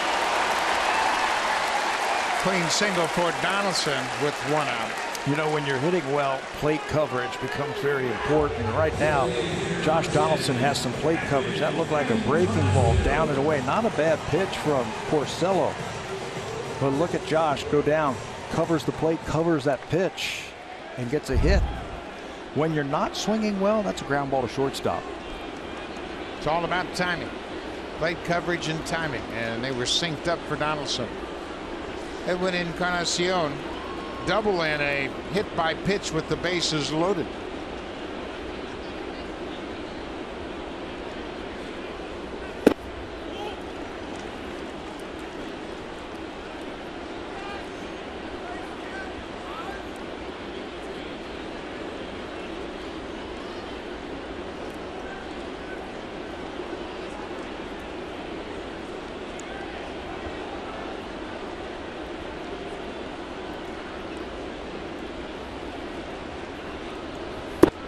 Inside.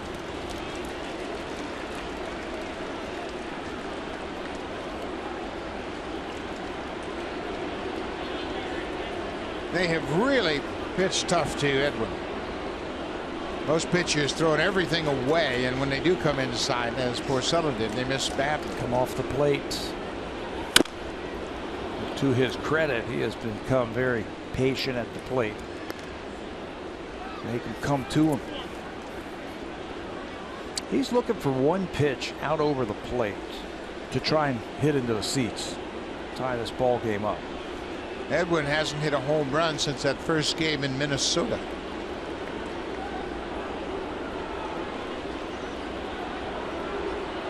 Eight games ago. 2-1.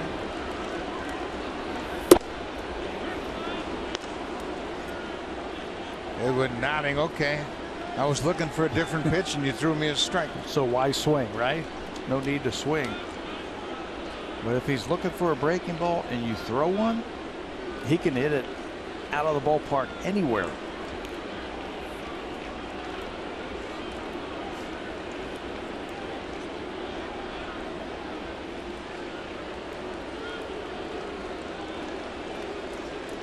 Bottom of the fifth inning, Red Sox have a 5-3 lead.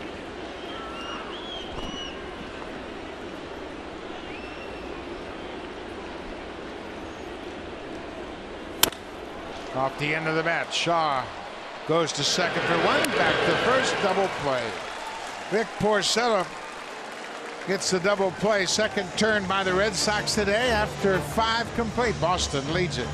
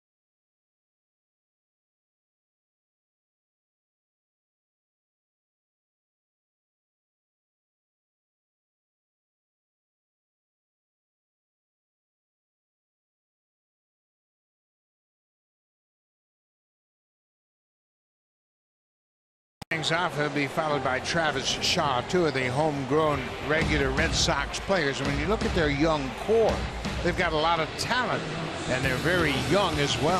When you build a franchise, you got to hit on your first, second, third round draft picks, and that's exactly what the Boston Red Sox have done over the years. Mookie Betts, Bogarts, Bradley Shaw, all draft picks, high draft picks. Swihart was a high draft pick of the Boston Red Sox, and they develop them in their system and they bring them to the big leagues. And it's not just this core right here or this group right here. The Boston Red Sox have been developing great players for decades and decades. I mean, great players, Hall of Fame type of players. There's another one, Christian Vasquez, that came through the farm system. This ball is trouble. That's going to split the outfielders and go to the wall. Bounces on top and over the wall for Jackie Bradley Jr. A leadoff ground rule doubled here in the 6th. The Red Sox are teeing off on Marcus Stroman. It's a very athletic group that we were just talking about. They become baseball players, and if you're an athlete, you can adapt and learn things. Jackie Bradley smokes this ball to right center field, up and over the wall for an extra base hit. That is another double for the Red Sox. Pedroia has a couple, Ortiz has a double, Vasquez has a double, and now Jackie Bradley has a double.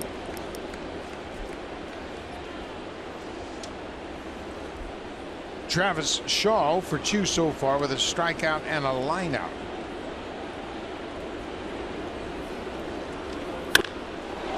High fly ball to right. This one is way back and gone. Travis Shaw, a 2-run home run. Second home run for the Red Sox this afternoon. For Shaw, that's his 7th.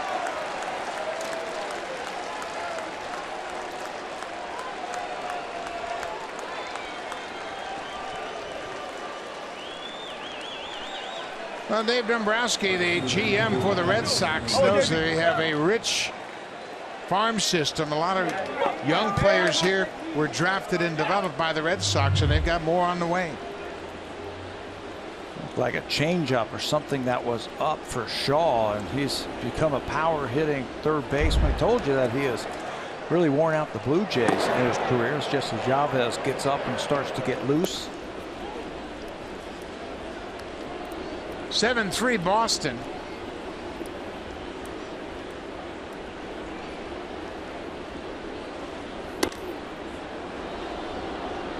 Chris Young has gone 0 for 2 so far.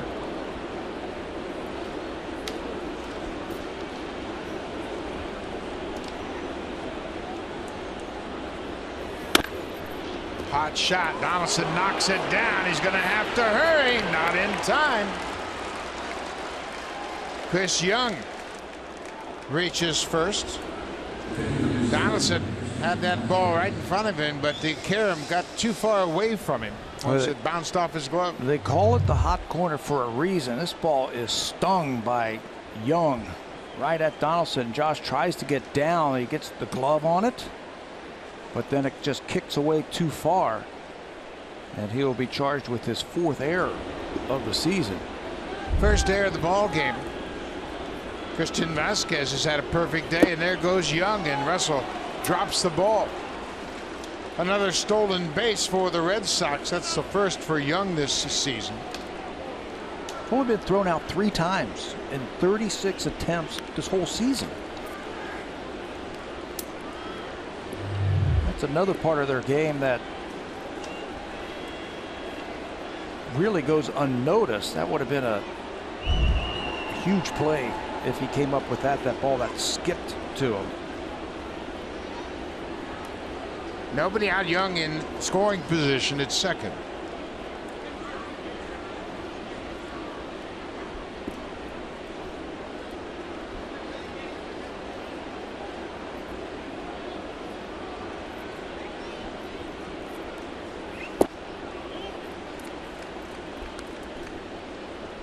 Saw Pete Walker and John Gibbons talking on the bench, trying to contemplate their next move down to the bullpen. R.E. Dickey will start tomorrow against David Price.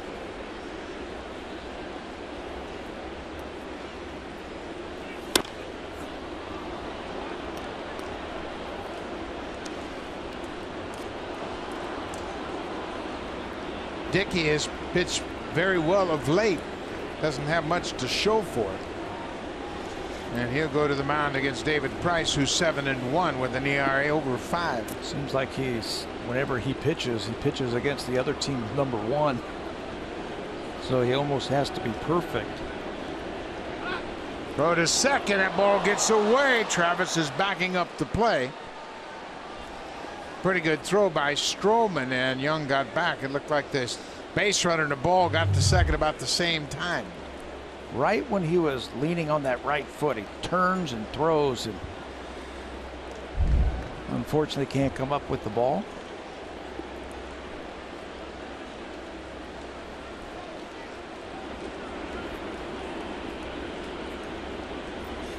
Way outside. Marcus Stroman handled the Red Sox through the first 3 innings. Pedroia had a double in the first, and Vasquez had a ground ball base hit in the third. That was it. He has struggled since then. Really has. Third time through the lineup. Bogaerts hit a 0-2 leadoff home run in the fourth. Then Ortiz followed that up with a double. Ramirez walked, but Jackie Bradley Jr. lined into a double play, and Travis Shaw lined out. Even those outs were hard hit balls. Hard hit balls right at the infielders. If you look at third time through the lineup here, he only retired 1 batter. Really? Strikeout to Ortiz. Vasquez strikes out. Well, the Red Sox are a tough combination. They're getting pretty good pitching. Their bullpen has been terrific. Their offense has been the best in baseball, and they have gotten off to a good start to their season. 10 games over 500. So Stroman's day will come to an end after striking out Vasquez.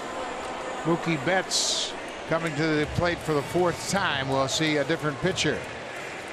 So Stroman is out. Jesse Chavez is in. Boston has a 7-3 lead.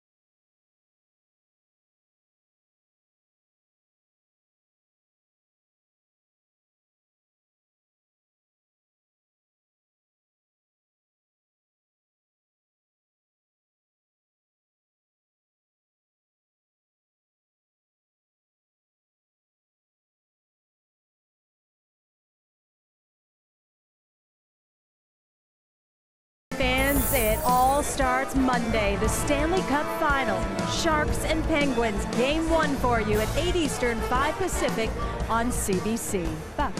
Thank you very much, Hazel. And the matchup is all set now. Jesse Chavez taking over for Marcus Stroman. This will be his 17th appearance of the season. Jesse last worked 4 days ago in that series in New York. Just a third of an inning, a couple of runs and a couple of walks in that game. Been having trouble this year against left-handers, hitting over 400. Righties just 200 as Marcus Stroman looks on. Really battled his control in his last outing.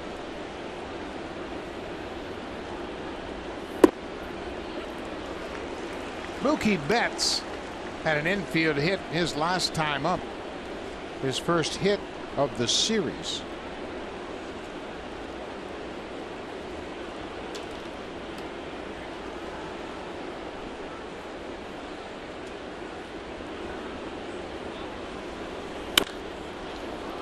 High fly ball into center. Pilar coming in, makes the catch. They talk about the Boston Red Sox and what a great offense they have. They're pitching very well. So when you have a big explosive offense and you pitch well, you're going to have a very good run differential. How about the best in the American League at +74? Mariners, Indians, White Sox, Orioles round out the top 5, but the guys running away with it are the Boston Red Sox, +74. John Farrell's ball club, really a dramatic improvement offensively from a year ago.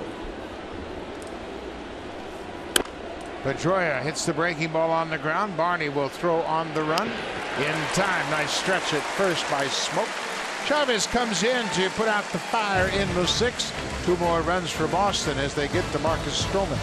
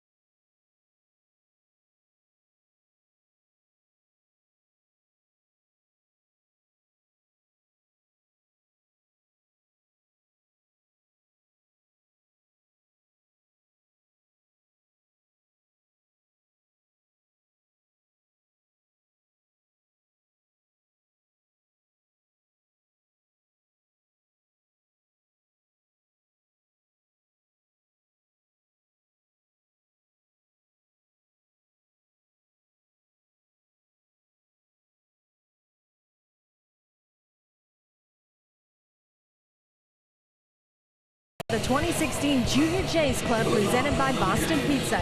This year's membership kit features a Blue Jays ball cap, sunglasses, backpack, and more. Exclusive access to members-only events such as movie night and photo day with Blue Jays players.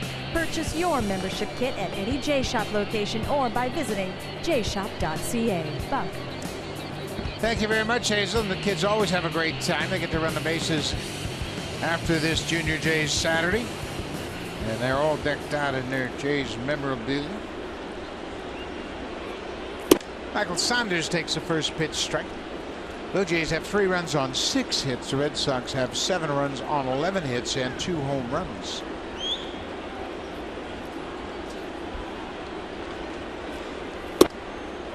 Got their work cut out for them because you were talking about their bullpen. The Boston Red Sox bullpen much improved over last year. Everybody keeps talking about the hitting for the Red Sox. The biggest improvement might be the bullpen. Off speed pitch fouled up. They are second in strikeouts per 9 innings pitched out of the bullpen, 10.13 strikeouts per 9 innings, and they're racking up the strikeouts. They only have 3 blown saves. They had a lot of soft tossers, if you will, out of their bullpen last year. They went out and found a bunch of guys who throw 95 plus this year.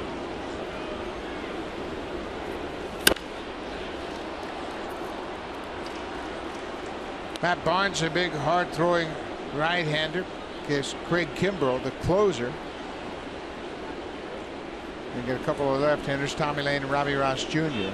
Heath Hembree down in that pen. They lost a big guy they were counting on in Carson Smith, fired in a trade from Seattle. Yeah, they were really counting on him. I saw an article the other day. John Farrell was talking about the loss of Carson Smith, and they acquired him basically to pitch against the Blue Jays with all the right-handed pop that they have in power. That he was very nasty. His arm angle and his arm slot very tough against right-handed batters. Another changeup and a good one from Porcello as Saunders strikes out. That's first out in the bottom of the 6th. Porcello, 4 strikeouts today. He's also had 2 double plays turned behind him. He's also getting some run support now with a 4-run lead. He's settling in. Blue Jays had him on the ropes, I thought, in the 3rd inning. And they were just looking for that one big hit. Really busted open. They could only score 3 runs on 3 hits and a hit batter and a walk. In that inning, they had Barney leading off with a double. Pilar cashed him in with a double. Bautista had a single to center. Then they got a walk and a hit batter. And all they could manage was 3 runs. Smoke down quickly, 0-2.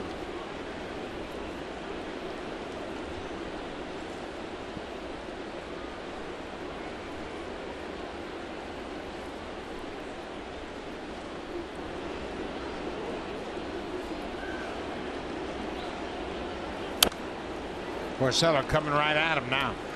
He's got a lead and he's ratcheted it up a notch. Using his fastball just a little bit more. Saying, okay, here it is. Hit it. He has thrown 89 pitches. So he wants to get another inning in before he gets pulled. Bounce that breaking ball in the dirt. Porcello came into this ball game with a 7-2 record. They actually sent him down to the minors last year to help him regroup a little bit, and boy, he's come back pitching very well. Another curveball. This one didn't bounce, and Smoke strikes out. This copyrighted telecast is presented by authority of Rogers Blue Jays Baseball Partnership and may not be reproduced or retransmitted in any form. And the accounts and descriptions of this game may not be disseminated without the express written consent of Rogers Blue Jays Baseball Partnership.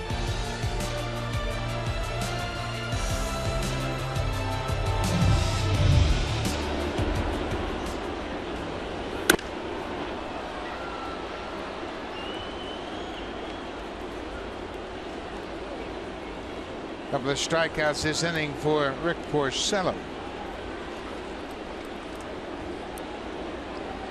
Russell Martin was a strikeout victim in the 4th.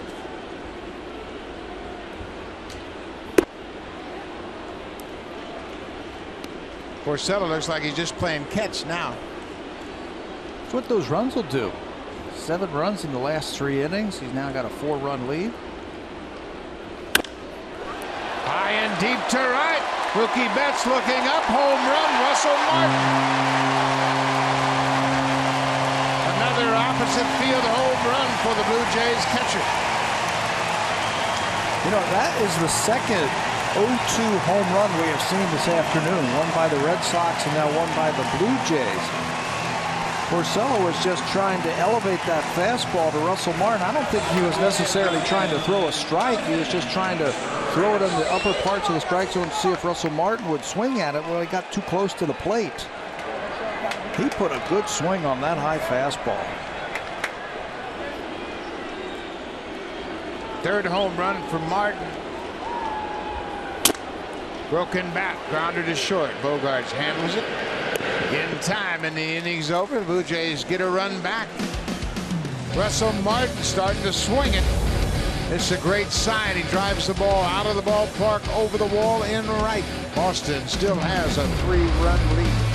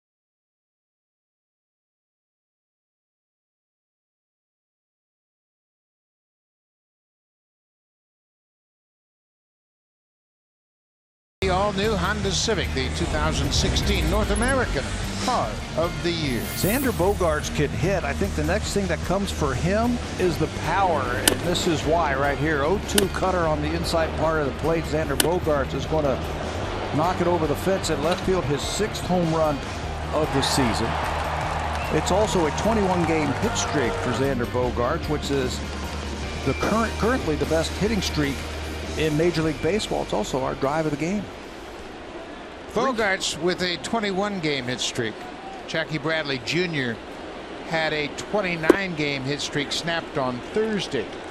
It's the first time in American League history that a ball club has had 2 hitters with hit streaks of 20 games or more before June 1st. The first time. And that's a long time. There have been 5 pairs of National League teammates that accomplished that. The last pair were the Giants in 2012, Angel Pagan and Pablo Sandoval. This is going to drop for a base hit. Xander Bogaerts can flat out hit. And now he's going to take second on the air by Pilar. Well, the Blue Jays have not played well defensively in the last few games. No. And last night they had a poor game defensively. Donaldson had committed an error on a tough play at third earlier in the game, and now Pilar commits the error that allows Bogaerts to get to second. Uncharacteristic for the Blue Jays. Normally they take a lot of pride in their defense, and it's just been a little sloppy the last couple days. Kevin Pilar takes his eye off that ball momentarily, just looking up at Bogaerts, who had slowed down and was going to stop, but he could continue into second base. Second error of the afternoon for the Blue Jays. So David Ortiz has doubled in 3 trips. He struck out on a check swing his last time up. This one gets away from Martin, goes all the way back to the screen. Jesse Chavez busted one inside. Aaron Loup, who has just rejoined the Blue Jays. He was activated, put on the roster when Troy Tulowitzki was disabled right before this ball game.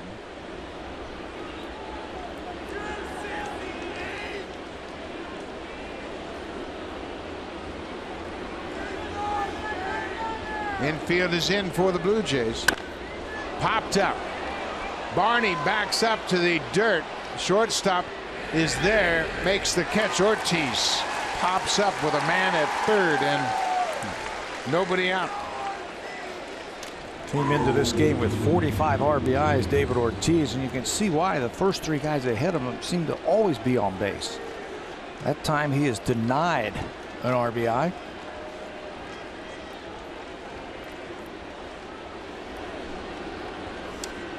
So now Hanley Ramirez, he drove in 2 his last time up. He had a single to left field, was thrown out trying to advance to second by Michael Saunders. That ended the 5th inning.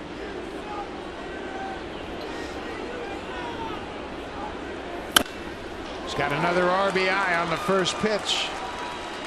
Bogaerts jogs in with the 8th Red Sox run. 3 RBI day for Hanley Ramirez. That'll give him 30.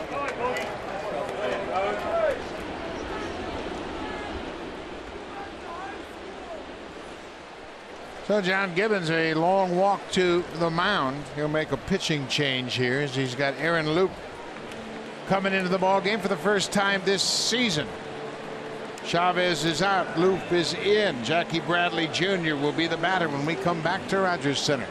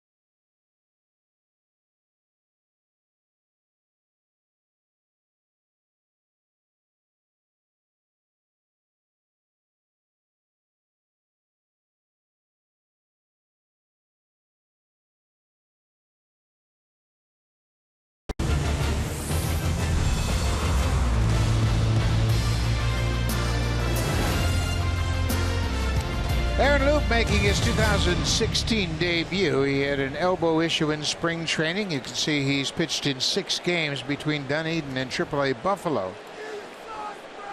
And Loup last year pitched in 60 games with the Blue Jays.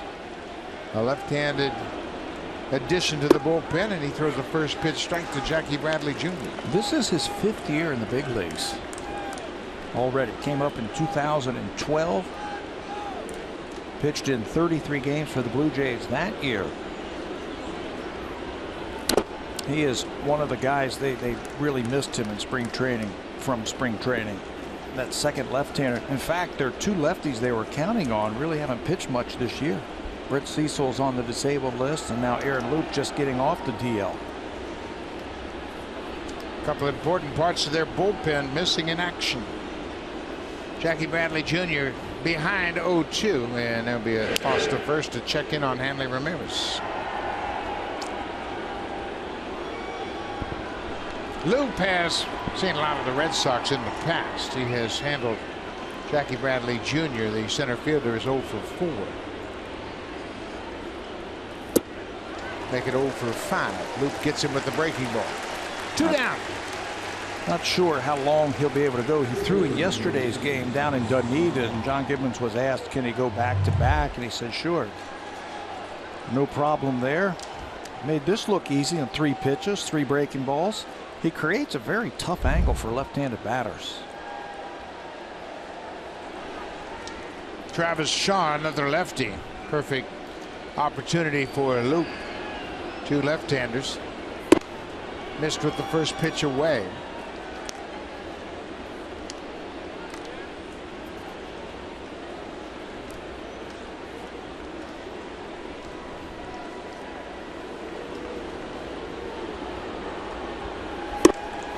Ball on a strike. Shaw homered his last time up, a 2-run home run to right. His 7th homer of the season. He now has 35 RBIs.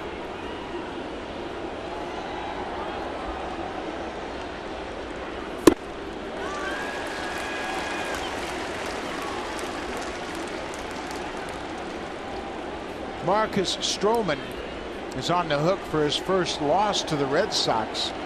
Coming into this game, he was 4-0 in 5 previous starts against Boston.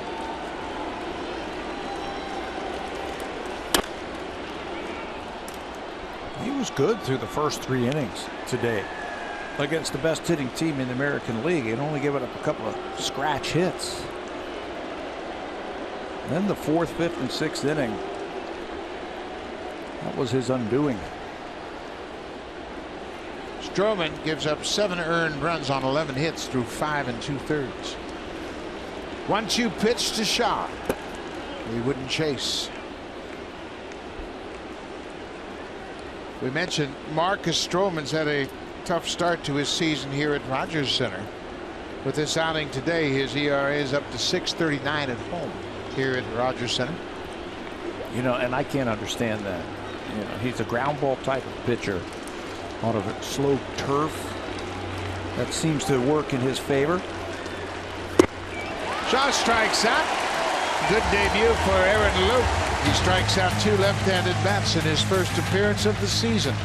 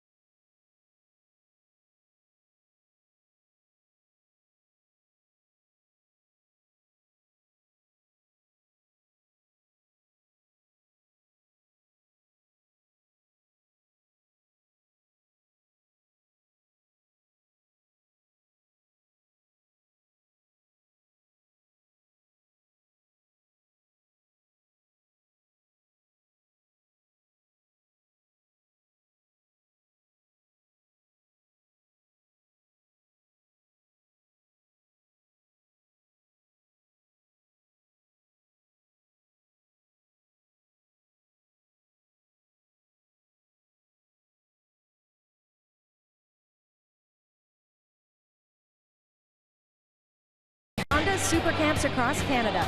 Learn techniques from former Blue Jays Roberto Alomar, Devon White, Lloyd Moseby, Jesse Barfield, and Dwayne Ward. Register now at bluejays.com/camps, and Buck will see some of those guys at tomorrow's celebration. We sure will, Hazel. Tomorrow the Blue Jays will celebrate the 40th season.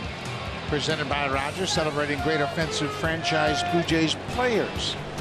John Mayberry, Ernie Whitt, Tony Fernandez, Lloyd Moseby, Jesse Barfield, Robbie Alomar will be here, as will Carlos Delgado, Sean Green. Great opportunity. It all starts tomorrow at 12:30. It'll be an on-field celebration of some great offensive players in the 40 seasons of Blue Jays baseball. Should be fun, I think, all summer long, celebrating 40 years of Blue Jay baseball. There's going to be a great moments celebration, highlighting the great moments in the 40 years of Blue Jays baseball, and then there will be a great pitching celebration, talking about the great pitchers over the history of this organization. And some of those great pitchers will be right here a little later on in the summer. Blue Jays have been around since 1977. So a relative short period of time when compared to some of these other established organizations. They've had some great players, haven't they? Great players, great moments. A lot of history, of course, when you win back-to-back World Series. You have some great moments to talk about. They'll start in '85 with the First Division championship.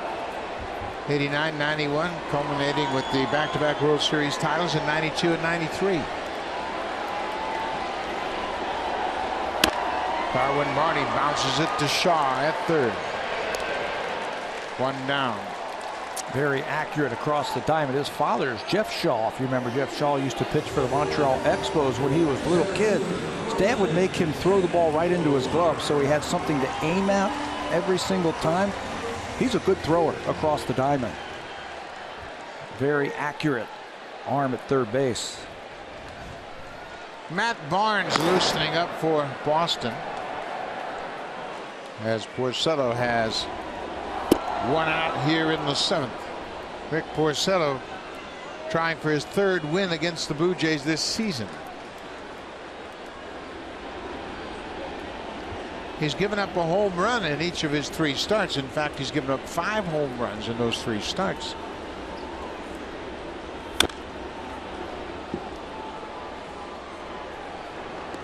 Drew Storen loosening up for the Blue Jays.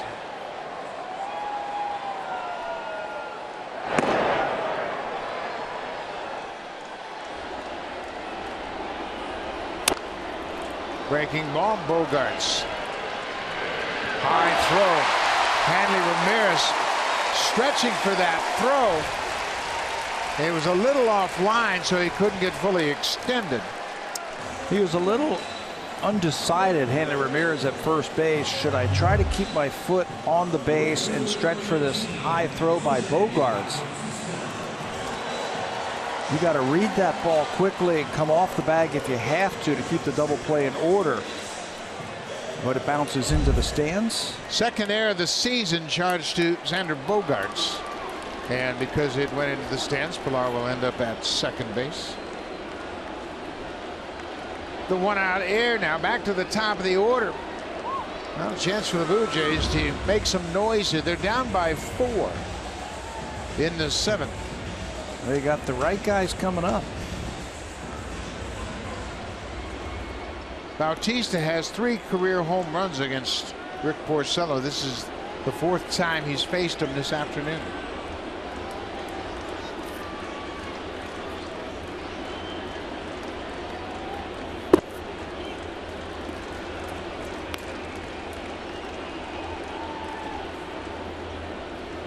You don't see starting pitchers faced hitters 4 times very often in a ball game in this day of pitch counts.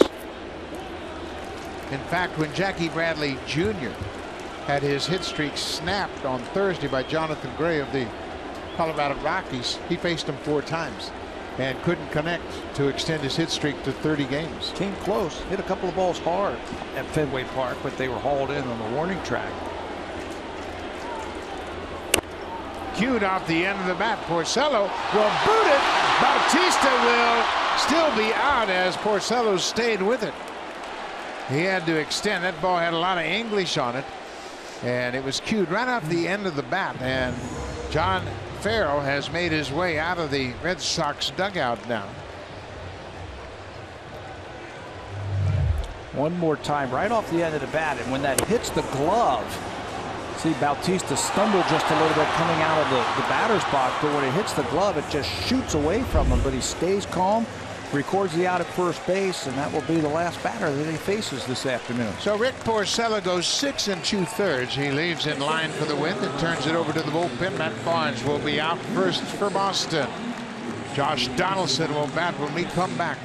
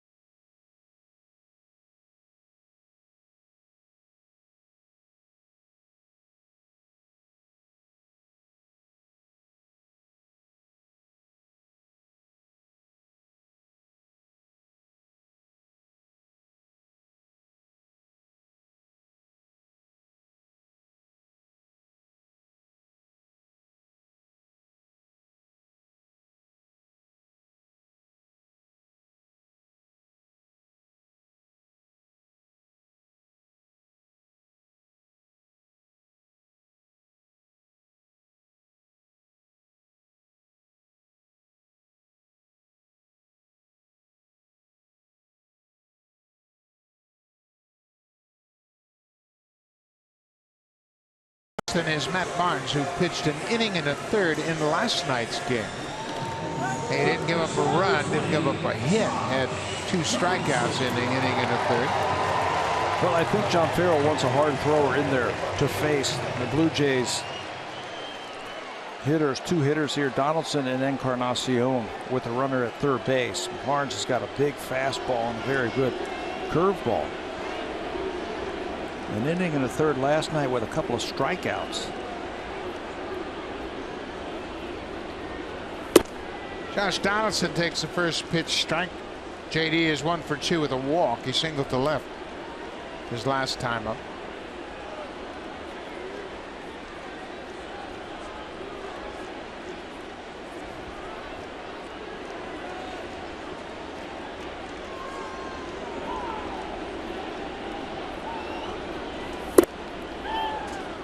.97. Donaldson's had success against Barnes. He's 3 for 6 against the righty. Yeah, they just wanted to bring in some power here, maybe just to finish off the 7th inning. You got Donaldson, you got Encarnacion. Any one of them can go yard and then get you back right back into the ball game.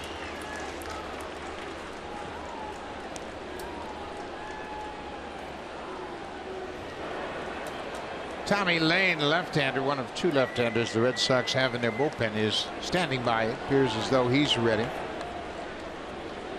Encarnacion will follow Donaldson if he can keep the inning going. Then Saunders in the cleanup spot. Way inside. Well, that's not what they had in mind when they brought him in here. I don't want to be walking him, putting another run on board for another home run hitter.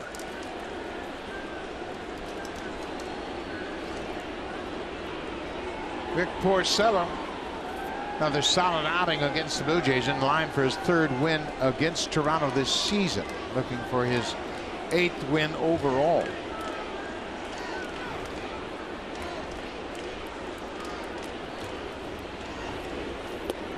Ball 4. Donaldson will go to first.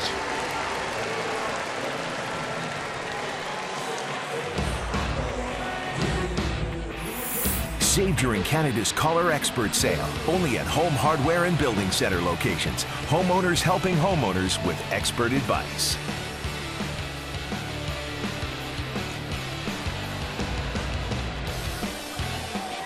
Beautiful Saturday afternoon along the shores of Lake Ontario.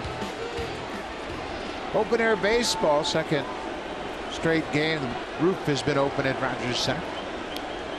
Edwin Encarnacion has a double today. 98. Pretty big arm for the former first-round draft pick. Thought he was going to be a starter, Barnes, but he has transitioned into the bullpen. Very effortless delivery.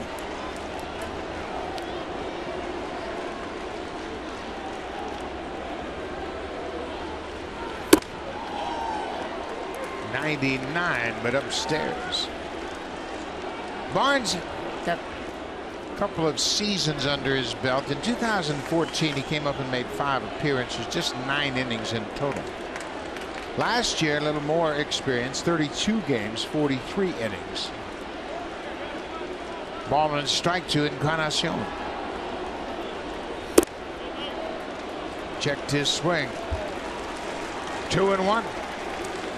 Barnes, we mentioned he threw an inning in a third last night. He's got 2 batters, Donaldson and Encarnacion, and then his day will be done. He leads the Red Sox relievers in innings pitched this year. In fact, he's tied for 9th in the American League. So they have used him a lot.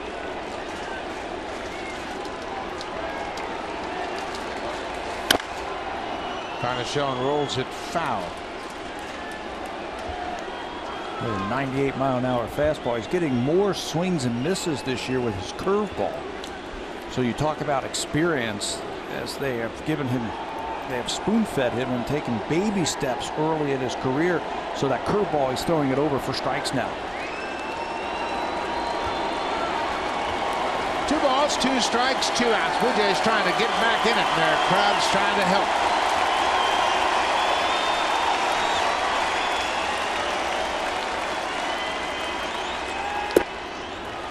Full count.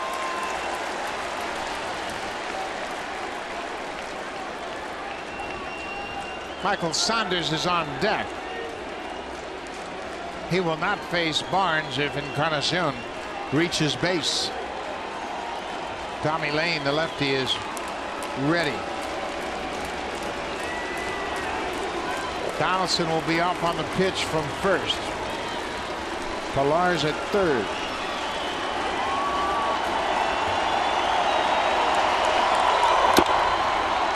Foul tip.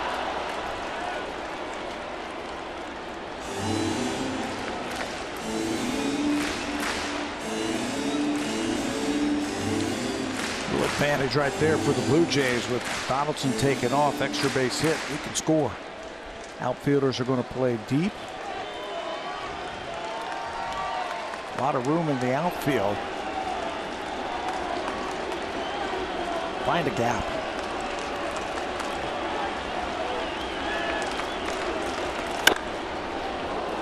Out in front of that pitch, and he pulls it foul.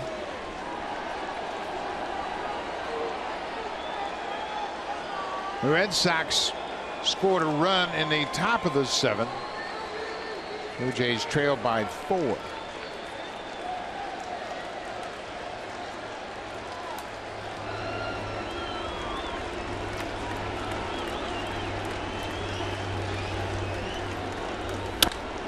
Hard hit right to Shaw. Across the diamond in time, and the Blue Jays will strand a pair. So we'll go to the 8th. Boston with an 8-4 lead. Here's Storen coming in.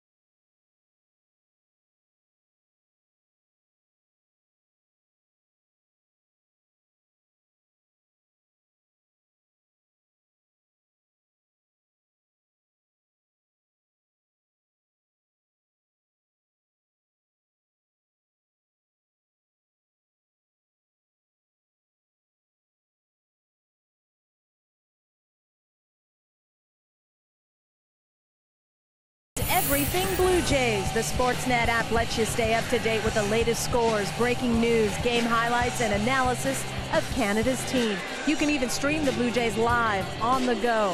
Download the free Sportsnet app today.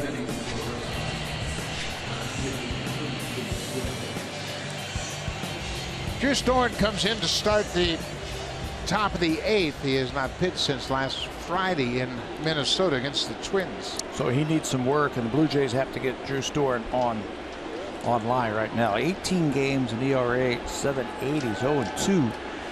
Righties and lefties have been hitting, but he's been striking guys out, not walking anybody. Just hasn't been able to find that release point and make good pitches.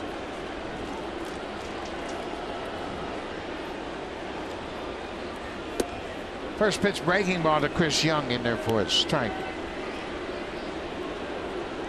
Young reached on an error in the 6th and picked up a stolen base. He stole second.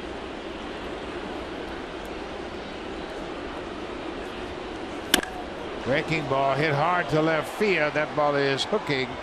Fair ball into the corner. Saunders throw to second as Young gets there standing up. Chris Young hits that breaking ball down the left field line into the corner. That's his 9th double of the season.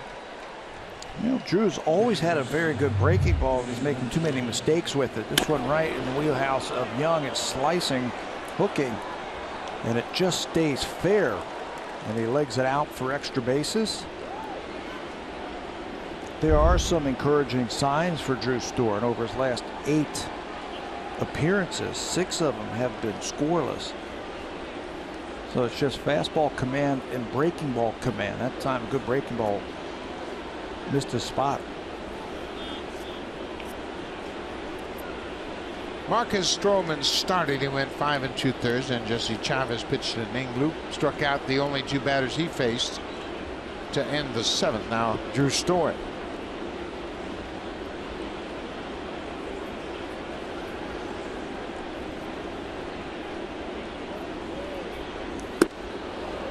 Vasquez trying to bunt. That ball was up and in. He had to bail out in a hurry.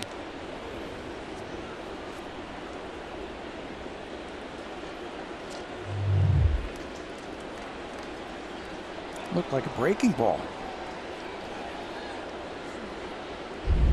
Backed up on him just a little bit.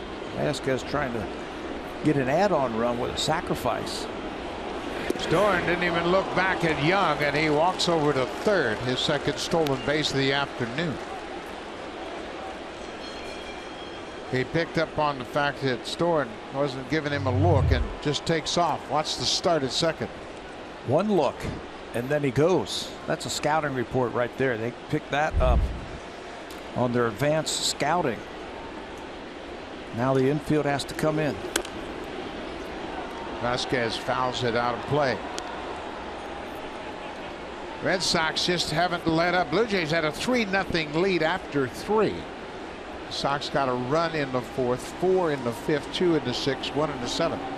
They just keep coming at you. Yeah, it's a tough lineup. Try and get yourself through, and they've got power. They've got excellent average, team average, one of the the best in the American League, and they can run. Extra base hits today. Dustin Pedroia has a pair of doubles. Bogart's a home run. Shaw a home run. Young a double this inning. Vasquez had a double in the 5th. He strikes out. Breaking ball down and away. Does the trick. 1 down. He's got a good breaking ball when he throws it where he needs to.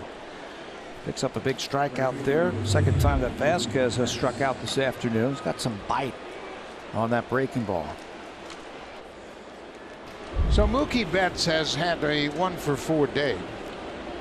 Had an infield hit in the 5th.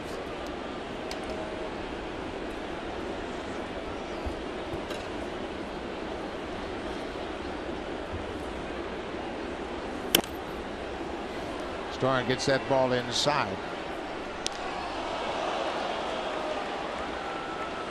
35 RBIs right there by Mookie Betts. You see that? That's the most for a leadoff hitter in baseball. So their RBI guys aren't just the guys in the middle of their lineup. They're up and down. Plenty of opportunities when you have all these 300 hitters in your lineup.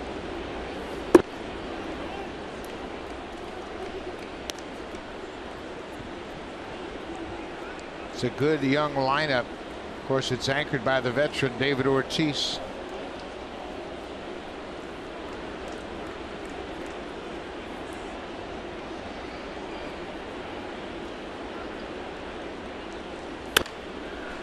That stays on that breaking ball, but fouls it down the right side. 1-2.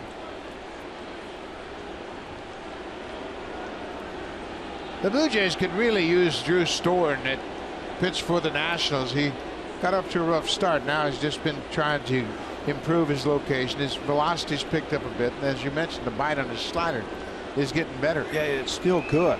And his scoreless outings, 6 into the last 8. This guy was a big closer for the Washington Nationals.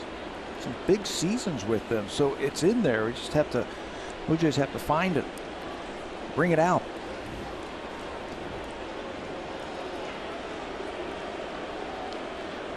He had 43 saves in 2011, 29 last year.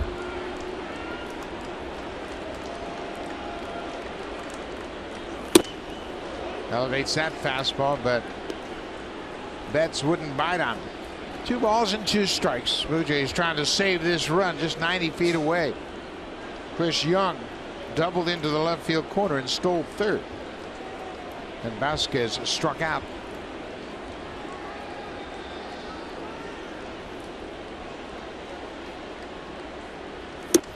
There's that high fastball. Storen with a big strikeout. Back-to-back strikeouts with a man at third. Had a couple of ticks up in that fastball. That one was 93, well placed, just above Mookie Betts' hands. And Mookie comes up empty on this swing. He's got a wide assortment of space that he can get strikeouts with. Elevated fastball or that sharp breaking ball. Dustin Pedroia, another good day at the plate, pair of doubles. He drove in 2 runs in the 5th. The second and third Red Sox runs as part of a 4-run inning.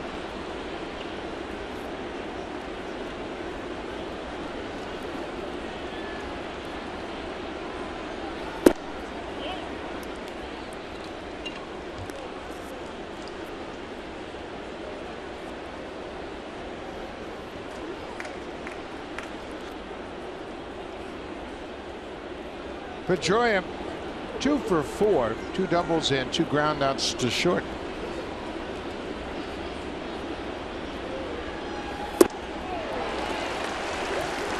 One and 2. This guy's the heart and soul of this Boston Red Sox team. You were talking about veterans like David Ortiz and all the others. How about this veteran? He has seen it all and he has done it all in baseball. Rookie of the Year, MVP, Gold Glover, All-Star. He's done everything. Silver Slugger. 1-2.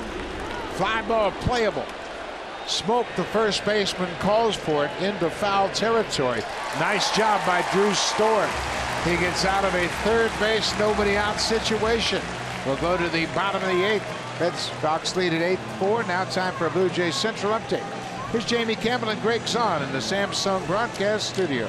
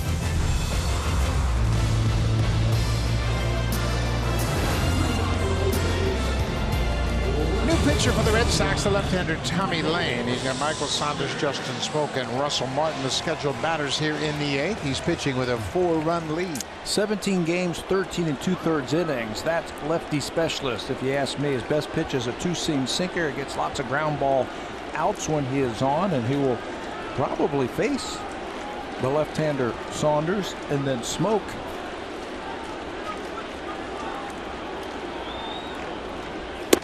And then depending on what they do, we might see Shinichi Tozawa finish off the 8th inning. Tozawa's already up throwing. Saunders is 0 for 3, a couple of strikeouts and grounded into a double play.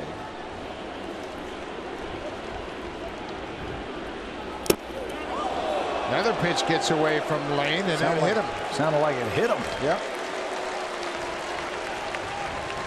So leadoff man's aboard. Tommy Lane's not going to have much rope here. No, he gets two batters. Here's that two-seam sinker, and it just flips the uniform of Michael Saunders. Michael was on 3 times yesterday with 3 walks. And now he is on again. There is Tozawa warming up. Tozawa had a good inning in last night's game. 3 up, 3 down, bottom of 3rd in the Blue Jays order. Inside to Smoak. And Blue Jays need base runners. They're down by 4.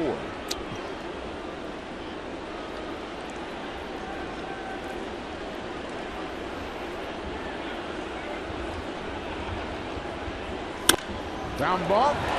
Gloved by Bogaerts. He goes to second. Pedroia was pulled off the bag as that ball was in the dirt. He tried to stretch, and John Farrell's going to come out and probably appeal this to the home plate umpire, Brian Gorman. The umpire at second made the call, Carlos Torres, and watch Pedroia stretch. Did he stay on the bag? Did Saunders with that straight leg go right in? It looked like he kept his cleat, the ball of his foot, on the base. But they're going to take a look at this one. Is there enough evidence to overturn this one? Pedroia was making like a first baseman. I didn't think Bogaerts had any chance, number one, to get to the ball and then make the play at second base. Initially, when he threw it, I didn't think he had enough on it to get Saunders, who was busting it down to second base. The problem for the umpire was that Pedroia's heel moved an awful lot, and it looked like he may have come off the bag. But when you look at that replay, and Pedroia checking with Shaw, the third baseman, but his heel moved so much it looked like he came off the base. But when you look at the replay, it looked like his toe might have maintained contact. And if that's the case, you can see he's got the ball. Michael Saunders' foot is not on the bag yet. It's just, was that spike on the bag? Bogaerts made a terrific play. He committed an error earlier. And they rule safe. Not enough evidence to overturn the call on the field. So the first 2 reach. John Farrell out of the dugout quickly. He's already made the call out of the bullpen. So Tommy Lane hits Saunders, allows Smoak to reach, and he's out of the ball game. So the Blue Jays got something cooking here in the bottom of the 8th. Shinichi Tozawa will come in to face Russell Martin. Nobody out, 2 on.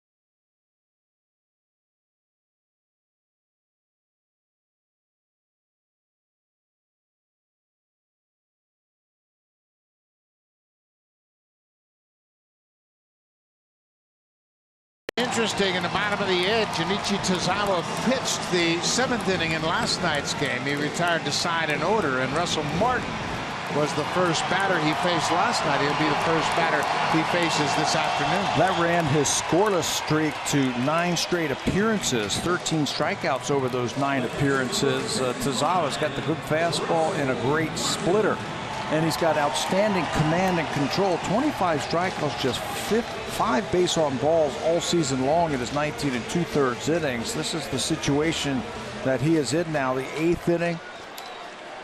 Pitching in front of Kimbrel for the 9th inning. The Blue Jays got their work cut out for him. Tozawa can be tough. Russell Martin hit an opposite field a home run on an 0-2 pitch off Rick Porcello in the 6th. His 3rd homer of the season. Still trying to get the tying run to the plate. Saunders at second, Smoke at first.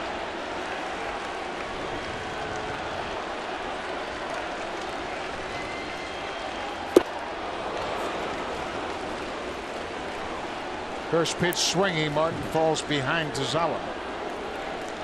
He has done a good job of retiring first batters faced. 21 times he's come in. He has retired the first batter 17 times.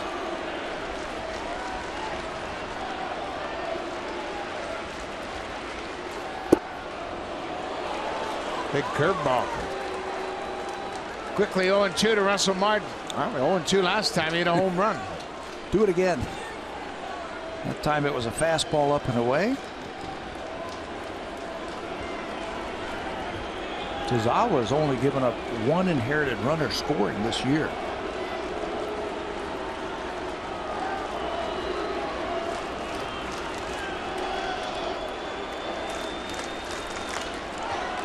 Oh, 2 pitch.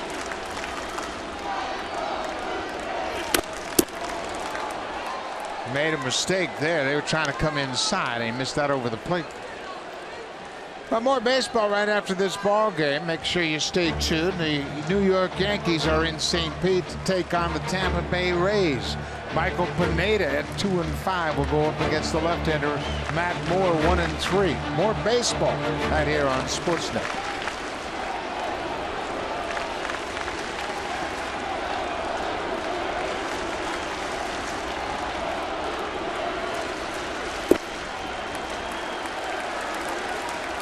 Interesting, Vasquez held that glove up like he wanted a high fastball, and they threw a splitter. They are so paranoid about the Blue Jays relaying pitches and location, and you can see Vasquez nodding in satisfaction. That's exactly what he wanted him to throw. Absolutely. He did it a couple of times in last night's ball game, and that's because there's a runner out at second base. If he starts flashing location, Vasquez, way beyond his years, smart behind the plate.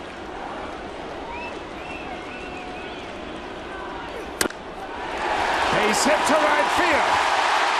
Saunders is going to be waved home. Here comes the throw from Mookie Betts. Safe. Russell Martin with another RBI. Base hit to right. There is a lot of success for a right-handed batter to go the other way. And Russell Martin is starting to heat up because he's going the other way. His home run was to right field. This time he just dumps it down the right field line.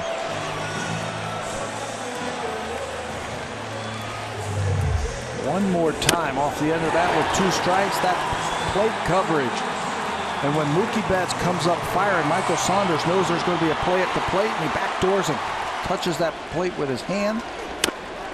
Reads it initially off the bat that it's going to fall in for a base hit. Betts comes up firing. And the throw is a little bit up the first base side. That allows Saunders to score. So the Blue Jays do get the tying run to the plate. Devin Travis representing the tying run. Devin is grounded out 3 times to the shortstop.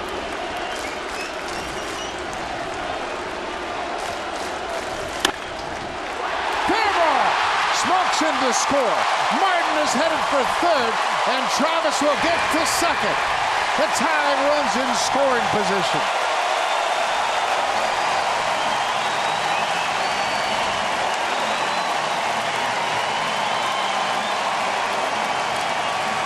That ball is hit hard by Devin Travis, who picked up his first double of the season. The ball looked like it went under the glove of the third baseman, Travis Shaw.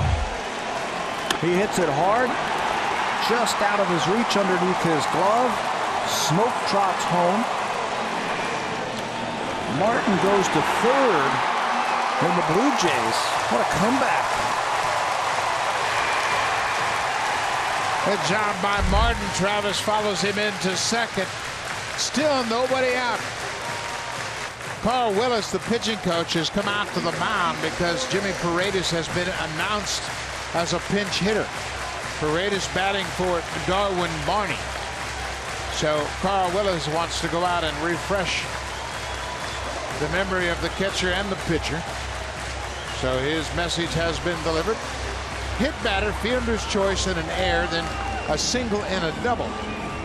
The score ruled the smoke play, a fielder's choice, charged an error to Bogaerts. I gotta believe that's an infield hit, but it's a moot point right now. I don't know how it's an error. He dove for the ball, made a good throw, but that's not the big play of this inning. Jimmy Paredes pinch hitting for Darwin Barney.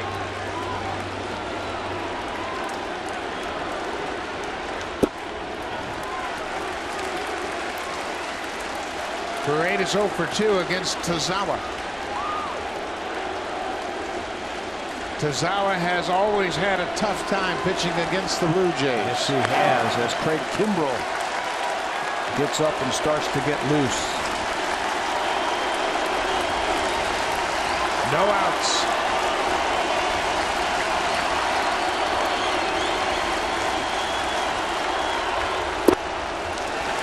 Two and 0.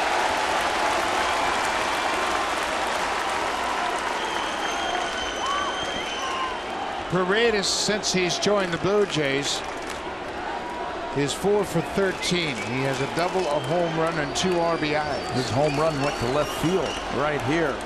Now he could pick out a pitch, 2-0. See if you can hit a double. Get yourself into scoring position and score those 2 runners. Paredes is 2 for 2 as a pinch hitter.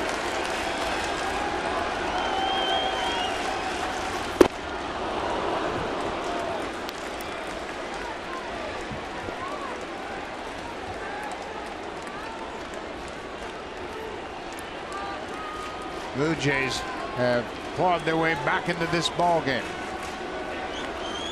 John Farrell looking for answers.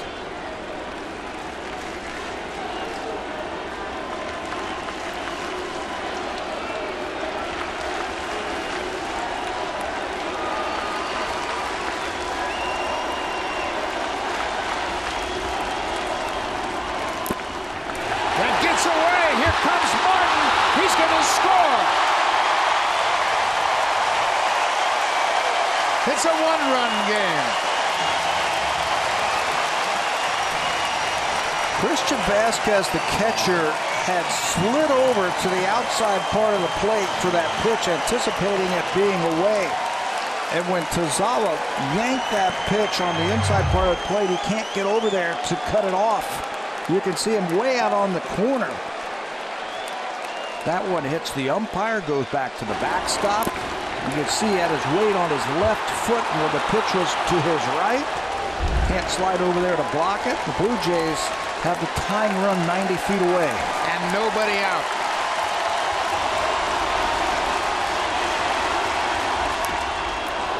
Foul chip. We had shown you Vasquez moving around trying to disguise location and pitch selection. And that time his movement cost him. The ball got away from it. It's a wild pitch. Watch his left leg where all the weight goes on his left leg. And now he can't go back to the right. Full count. Blue Jays have scored 3 here in the 8th.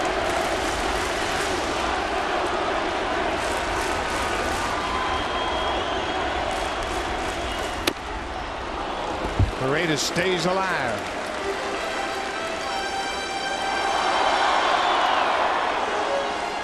Now the Red Sox are doing a shift. They're keeping Bogaerts, the shortstop, over on the third base side. They move Travis Shaw to the first base side of second. It's Shaw, Pedroia, and Ramirez. That's interesting because Bogaerts was over on the second base side until that last pitch. Now they want to put him on the left side of the infield.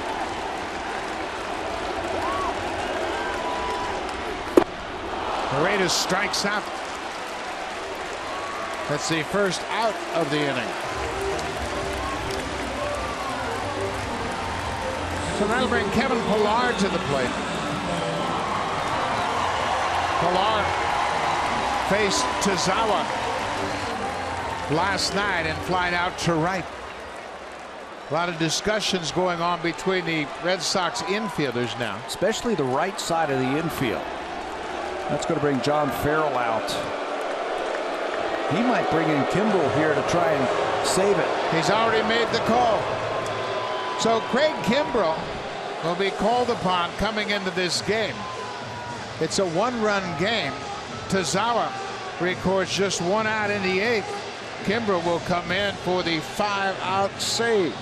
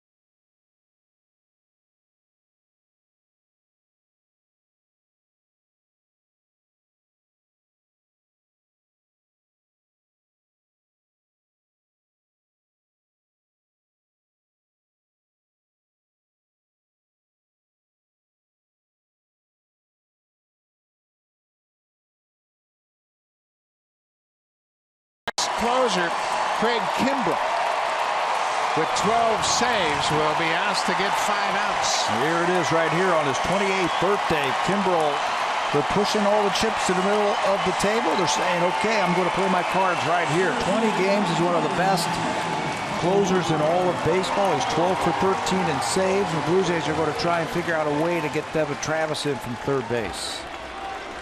Kimbrel has not worked more than an inning this season, and they're trying to get 5 outs from him. Hanley Ramirez keeps looking into the dugout to get some direction in case they try that squeeze play. Kevin Pillar, way outside. 8-7 ball game. The Blue Jays have scored 3 runs here in the 8th.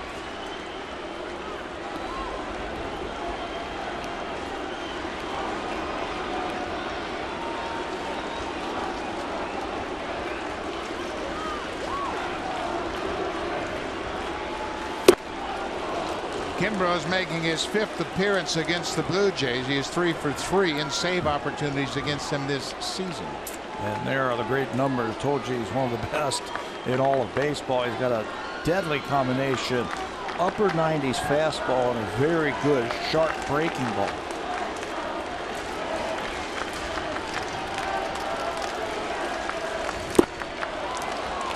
'97, 1-2. Sure, Devin Travis is going to play this ball through on the infield. You've got Jose Bautista up on deck. If this ball doesn't go through, if there's a ground ball to the infield, you got to let Bautista hit with a runner at third. Pillar strikes out on the 98-mile-an-hour fastball. Right fielder number 19, Jose Bautista.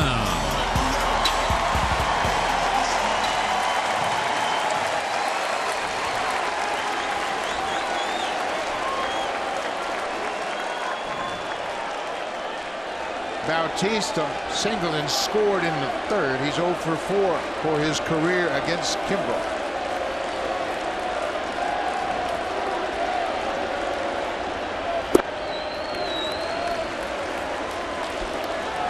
Well, the Blue Jays got a taste of this in New York against Dellin Betances and Aroldis Chapman. They had some great at-bats against those two flamethrowers, didn't they? Some big base hits. They scored a run off of Chapman. Huge insurance run the other day. Not close. First two missing badly. Roberto Osuna has pitched 3 days in a row. So Gavin Floyd is standing by ready. Whatever the situation.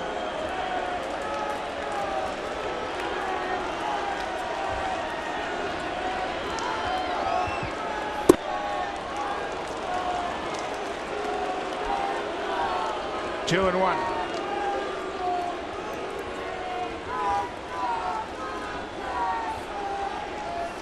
Don't you just love these power pitcher, power hitter?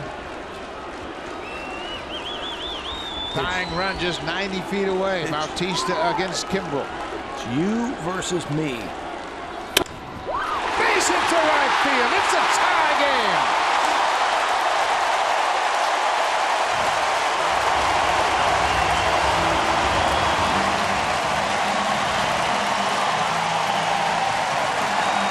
You know, you mentioned the at-bats against Betances and Chapman. We said they had some good at-bats. You know what they did? They went the other way.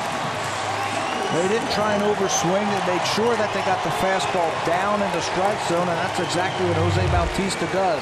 Kimbrel's got the great fastball, but make it a strike and make it down. He does. Shoots that ball the other way for the tying base hit. A 4-run inning.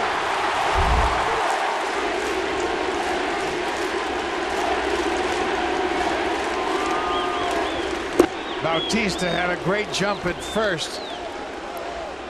He had the right idea. He got out there too far.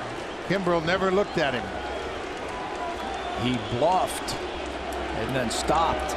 If he went, he had that base stolen easily. 8-8.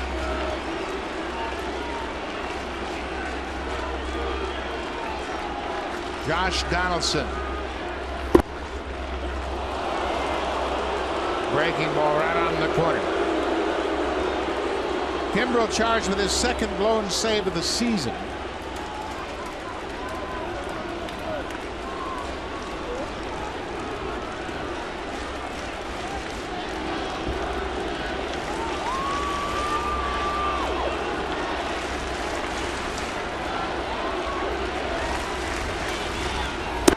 Way outside. Kimbrel was 12 for 13 in save opportunities. His previous blown save came at the hands of the Houston Astros on the 24th of April.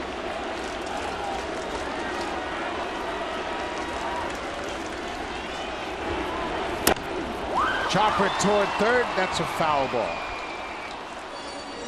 Well, that's what I mean about pushing your chips into the middle of the table. Say, okay, hey, I'm going to play my hand right here. You bring in your closer to try and finish off the 8th and then the 9th inning. But if he gives up the tying run, do you send him back out there in the 9th inning? They're pretty thin in the bullpen, as you pointed out earlier.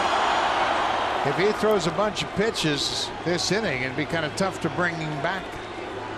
It's 8-8. He hasn't worked since last Sunday, so he's well rested.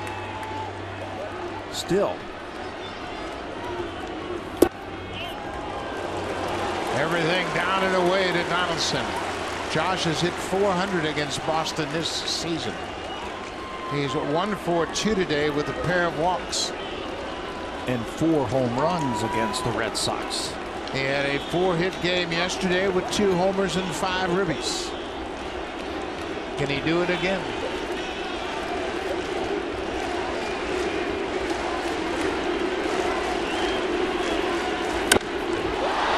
Pop this one up. Bogaerts backing up into left field. The inning is over, but what an inning. 4 runs for the Blue Jays in the bottom of the 8th. Jose Bautista ties it up against Craig Kimbrel. We'll go to the 9th.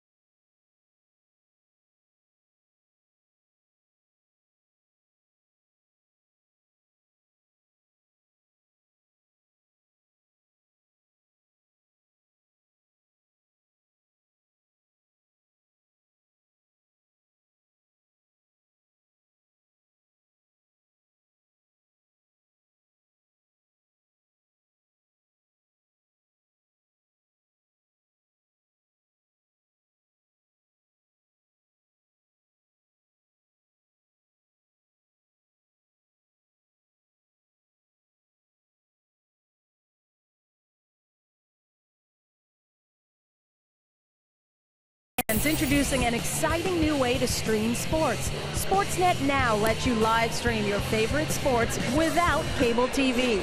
All you need is the internet. Start your free trial today. Visit sportsnet.ca/now. Buck. Thank you very much, Hazel. And certainly you want to check out everything that's gone on in this ball game. And we've had a barn burner here today. 8-8. Boston has 14 hits. The Blue Jays have 10 hits. And the new pitcher for the Jays will be Gavin Floyd. That's how it's been, hasn't it? When these two teams have hooked up over the last couple of years. Gavin Floyd, 18th time that we have seen him. ERA is under 3. Lefties just 0.91 against Floyd. Brian Goins takes over defensively at shortstop as Darwin Barney was lifted for the pinch hitter Jimmy Paredes. Gavin Floyd gets ahead of Xander Bogaerts, who breaks his bat. You got to try something with Bogaerts. Break his bat so he can get a different one. He's got 3 hits today. Find the bat where there's no hits in it. Gavin Floyd has been great for the Blue Jays this year. We got to mention Drew Storn. What an effort he gave the Blue Jays in the 8th inning. A leadoff double, a stolen base, third base, nobody out. And he strands Chris Young at third. Couple of strikeouts and a pop out. There's that wicked breaking ball. Well, yesterday Sanchez gave Bogaerts a pretty good diet of curveballs, and he didn't have a chance against those breaking balls. He was in awe of some of the curveballs that Aaron threw to him. Floyd's got the same type of curveball, right over the top.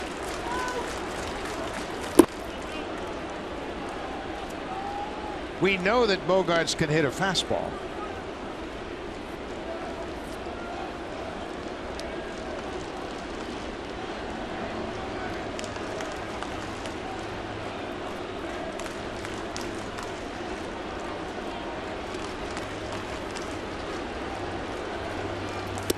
Oh, he tried too much on that one and buried it well in the dirt in the other batter's box. 2-2.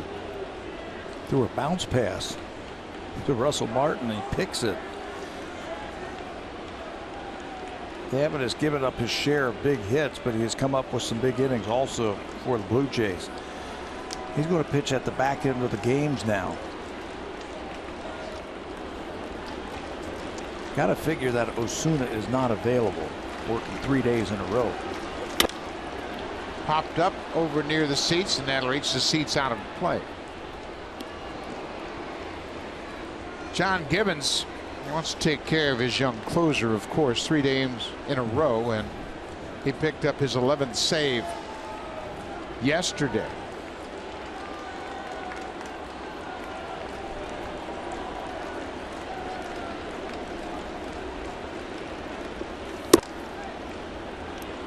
Full count. Got to get the leadoff man. 8-8 ball game. Big Papi David Ortiz is on deck.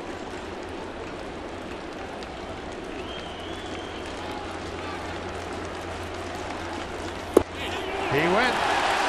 Bogaerts tried to talk Corbin into ball 4, but he wouldn't go for it. Another breaking ball, and Bogaerts strikes out. He wasn't expecting that breaking ball.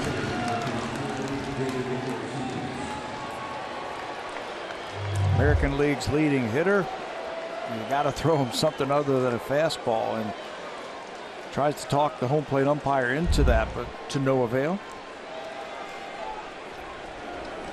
1 down. David Ortiz. 1 for 4 with a double.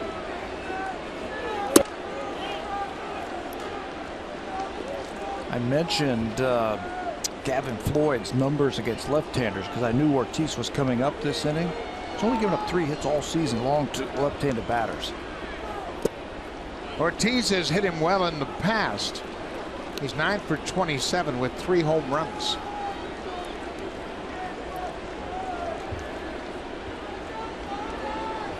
Robbie Ross, the left-hander, loosening up.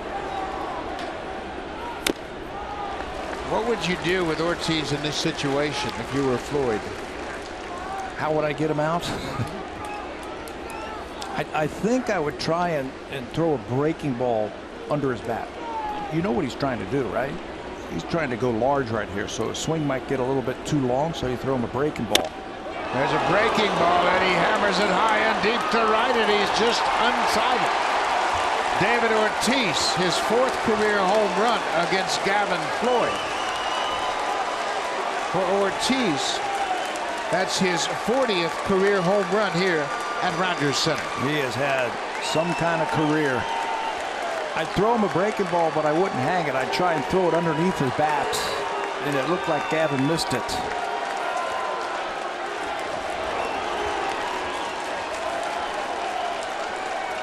Gavin has pitched well overall, but has given up some big home runs. He gave up a walk-off home run to Drew Stubbs down in Arlington. Well, he does go to the curveball, goes to the breaking ball. Instead of getting it underneath the bat, it just stayed up against Ortiz, and there's that familiar leg kick and finish.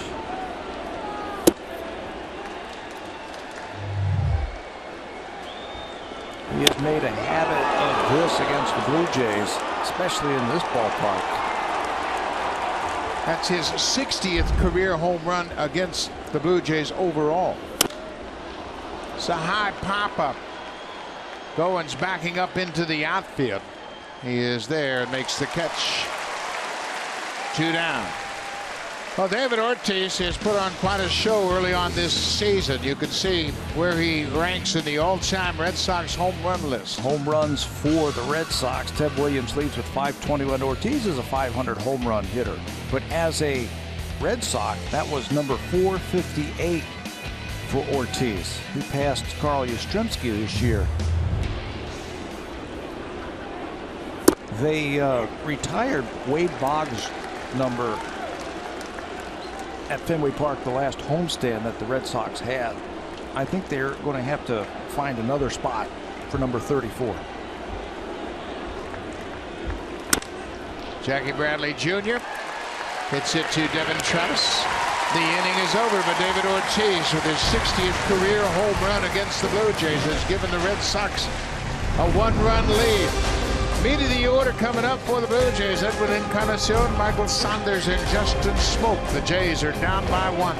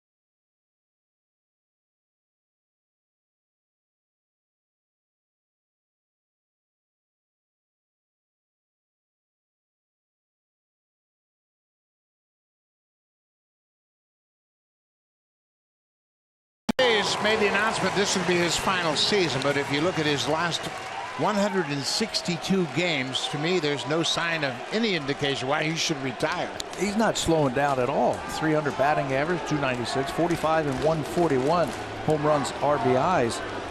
Remember a few years ago when they said he's finished, he's washed up? Kimbrel back out to pitch the ninth.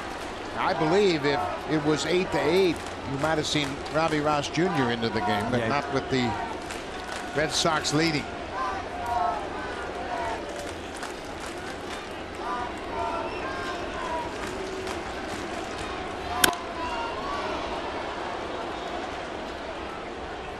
Oh, 0-2. Kimbrel gave up the RBI base hit to Jose Bautista that tied it up at 8.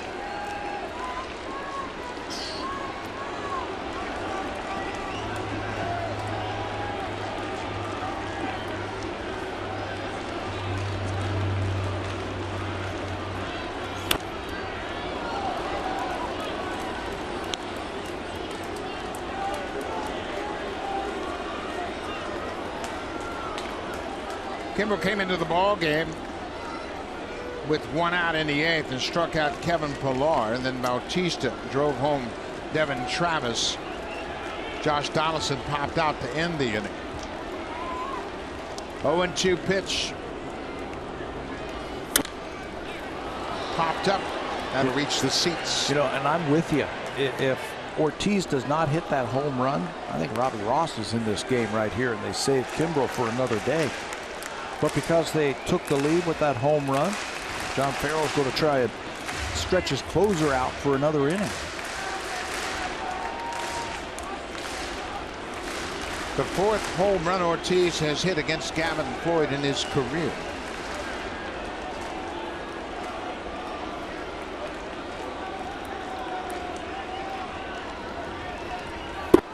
Way outside.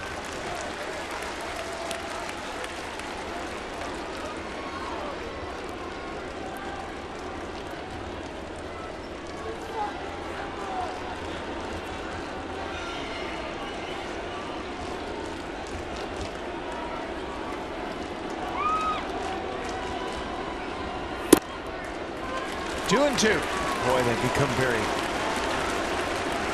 selective when you've got that home run hitter up there. They try to paint that outside corner, and the next thing you know, you've got long, extended at-bats. Bautista had a good at-bat against Kimbrel, a long one, and now Edwin. Pitch number 7 coming up. He stays alive. Got a piece of that breaking ball. Edwin hasn't homered since May 19th.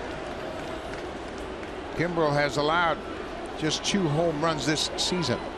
Another perfect matchup, power against power.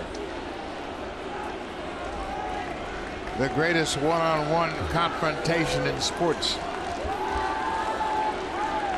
Jose won his battle.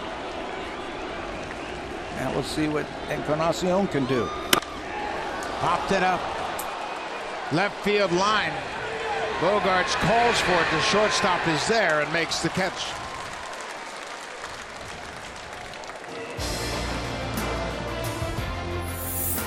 The all-new Honda Civic, now available with Turbo, the 2016 North American Car of the Year.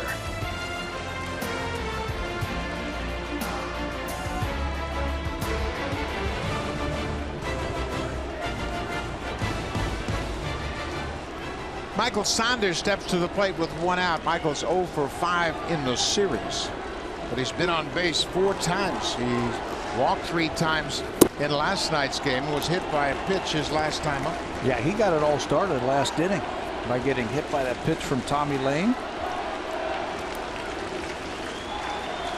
Good on base. Michael's hit some big home runs for the Blue Jays already this season.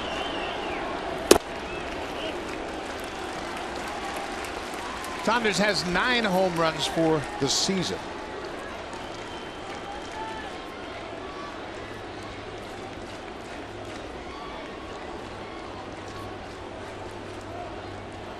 This is only the second time Saunders has faced Kimbrel. He's 0 for 1.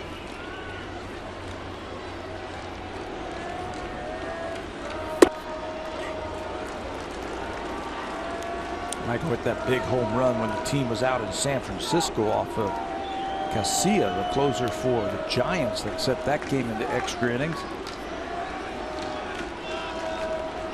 Maybe he can do it again here.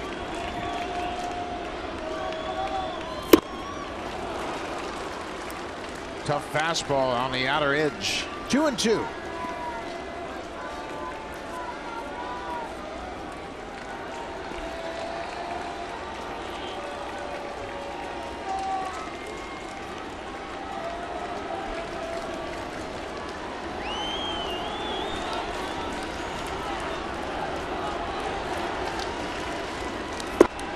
Breaking ball. Saunders strikes out. 2 down. Boy, that's what makes Kimbrel so tough. You got to respect the fastball because it's upper 90s. Then it can drop that breaking ball on you at any time. There's a good one that gets underneath the swing. 90% of the times he saves those games for his career.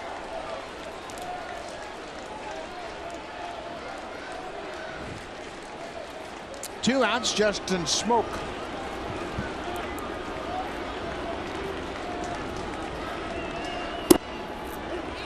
First pitch breaking ball for a strike. Smoak homered against Joe Kelly in last night's game. That was in the 5th.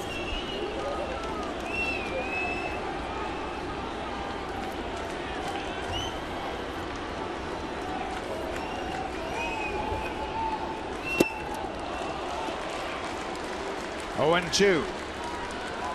Guess some fastball right there, and he threw him another hard slider. David Ortiz, the difference in this game. Solo home run.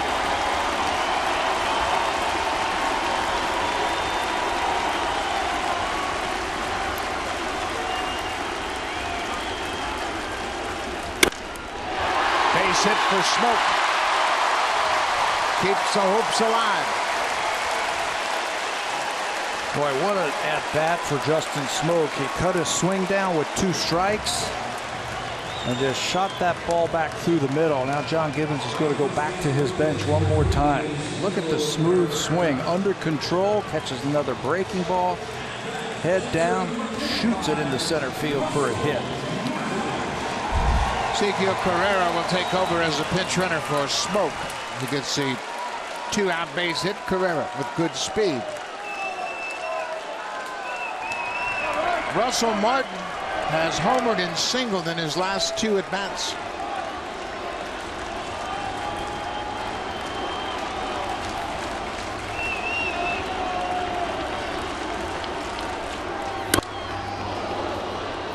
Trying to ambush that fastball, got out in front.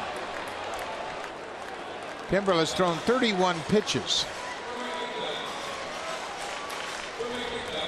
Sometimes you have to stretch out that closer if you want the win. He went to him early last inning after 1 was out. Yet he hasn't pitched since last Sunday, so he's well rested.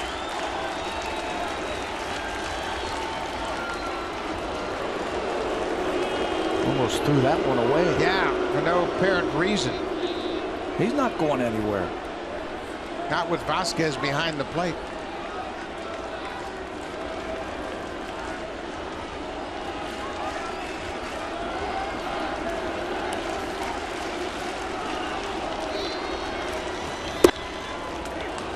Tough breaking ball. Late break, sharp break.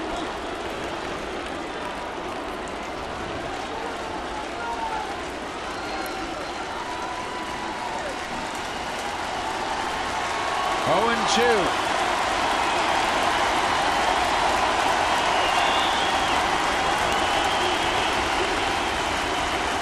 There goes Carrera. Pitches up. Ball goes into right field. Carrera's going to go to third. Vasquez throw tailed on him. Picks up his 2nd error of the season. You know, the Blue Jays gamble there with 2 strikes that Kimbrel's going to throw a breaking ball, so you start the runner. Surprise the Red Sox. One more time, there goes Carrera, and the throw sails on him. Pedroia can't knock it down, and Carrera will move up. 3rd stolen base of the season. Pedroia can't get a glove on it. And now the tying run once again just 90 feet away. They've already thrown a couple of wild pitches this afternoon.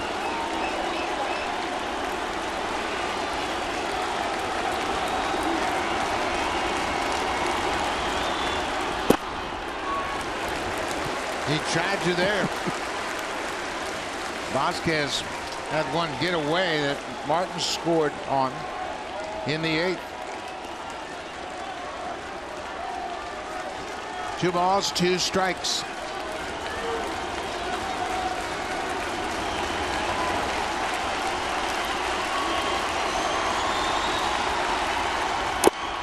Foul tip. These 2 teams have split the first 8 games. They're 4-4. And they're all nail biters, aren't they? All good games. I mean, 2 teams with a lot of pride. Both teams want to win. And you got to battle all the way down to the last out. The Jays have won 3 in a row.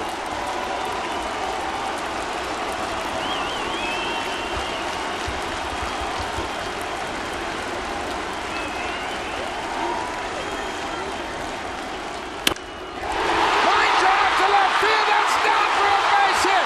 Martin is headed for second. And he'll get there standing up. What a big hit for Russell Martin.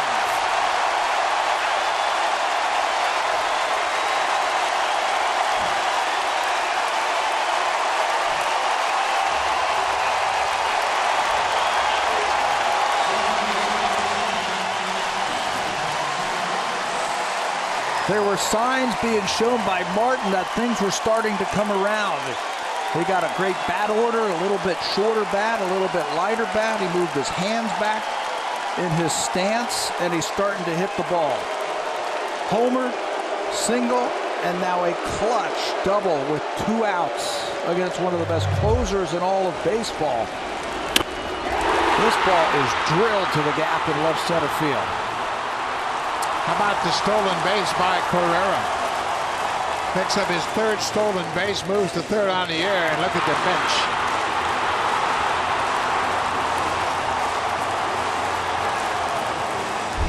Nine to 9. What a big hit for Russell Martin. 3 hits in his last 3 plate appearances today. Home run, single, double. He's driven home 3. None bigger than Carrera. Boy, that was a huge hit. Now can they finish it off? 36 pitches. Blue Jays can win it right here.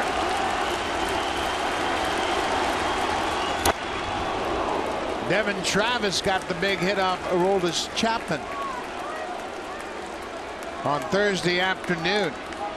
A fastball that he ripped into right. He got a big hit his last time up, didn't he? Last inning against Tazawa. Hit a double down the left field line.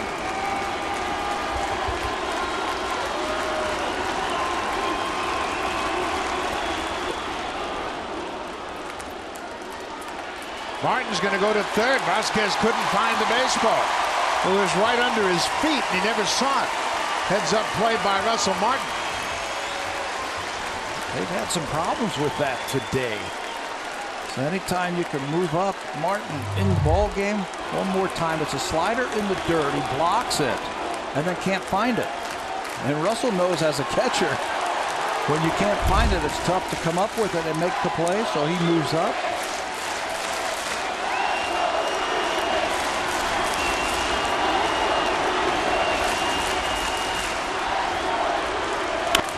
Ground ball. Travis Shaw at 3rd. Throw is get away. The Blue Jays win it.